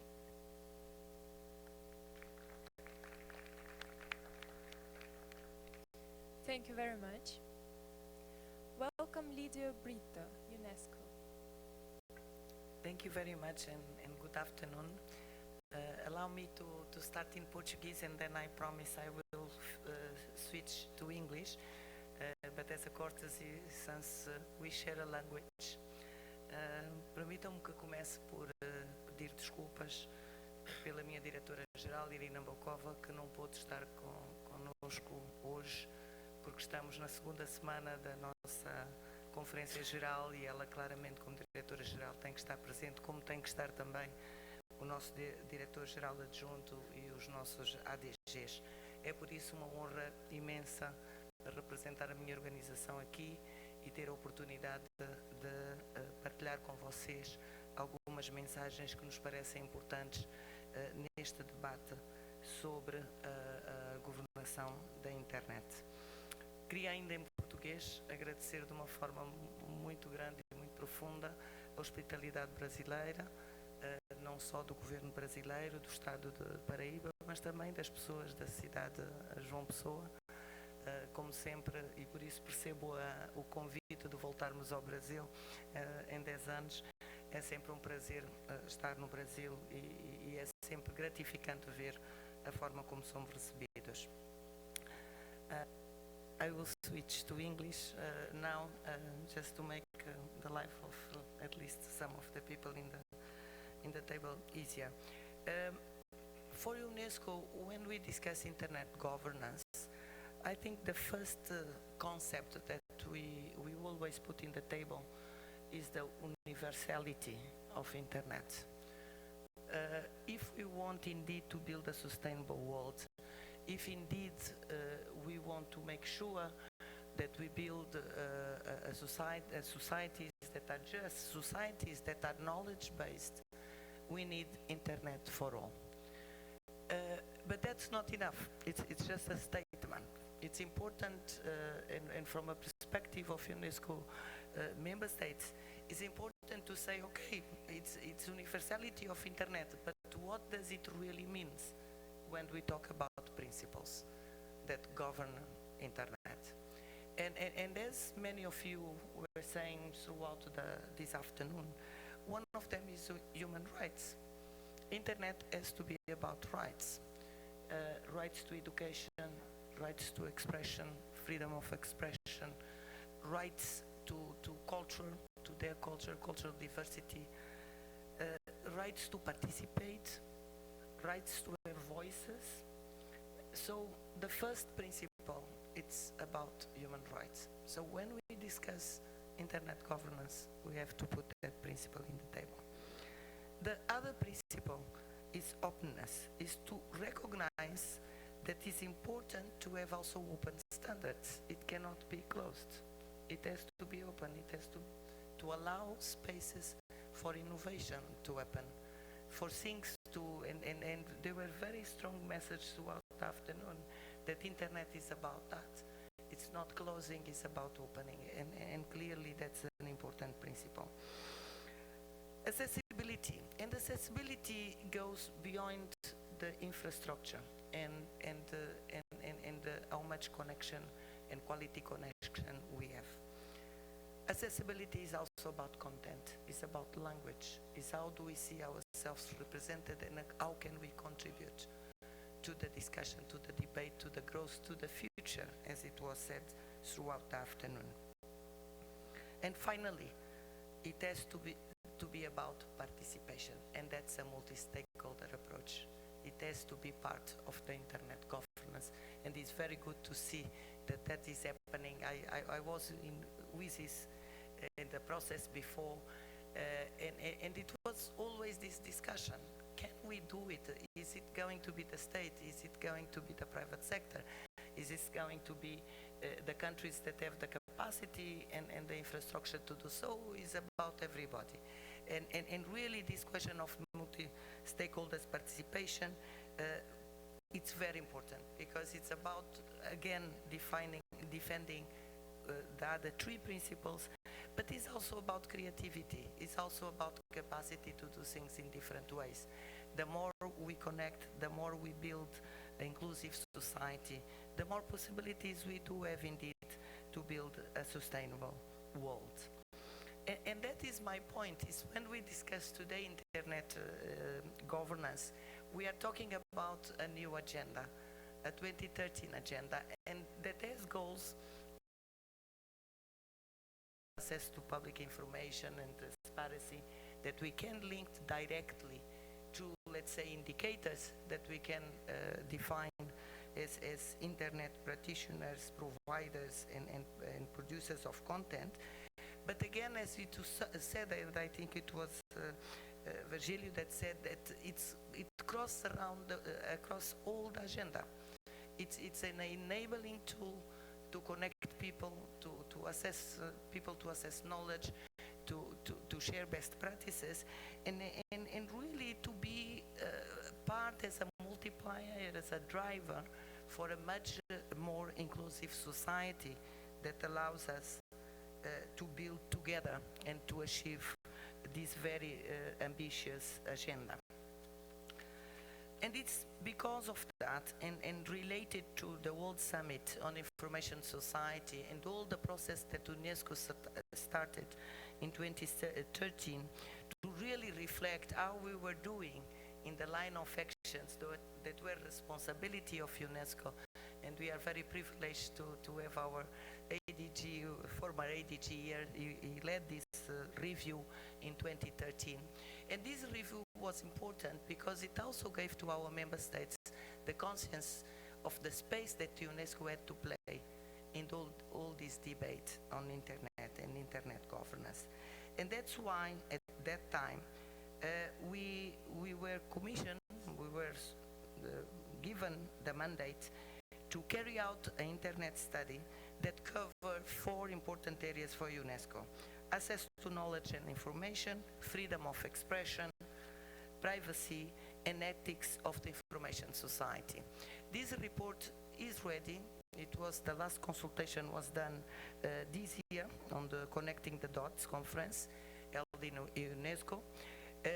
We are launching this report on Friday, this Friday here, and really I would invite you to come and be with us on Friday, because this report highlights a lot of the important issues that we will have to tackle in the future.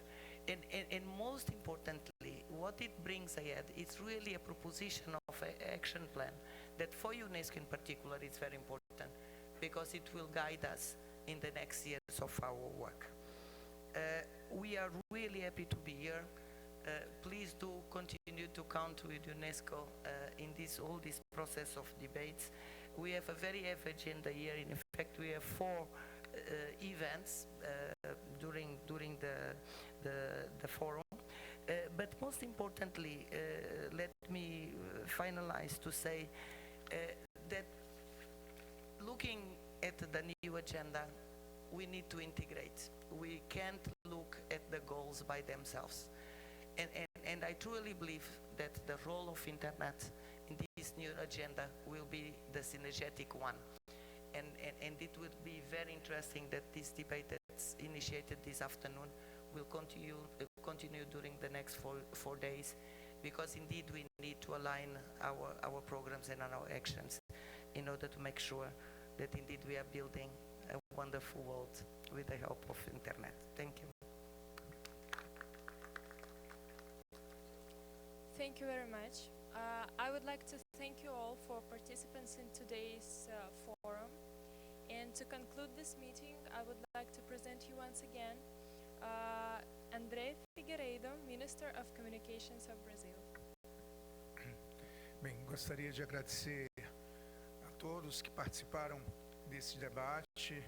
Nós temos absoluta convicção de que são todas opiniões extremamente válidas e com certeza nos ajudarão a construir esse caminho de uma agenda para a governança da internet pós-2015. Então, declaro encerrada a sessão. Thank you very much.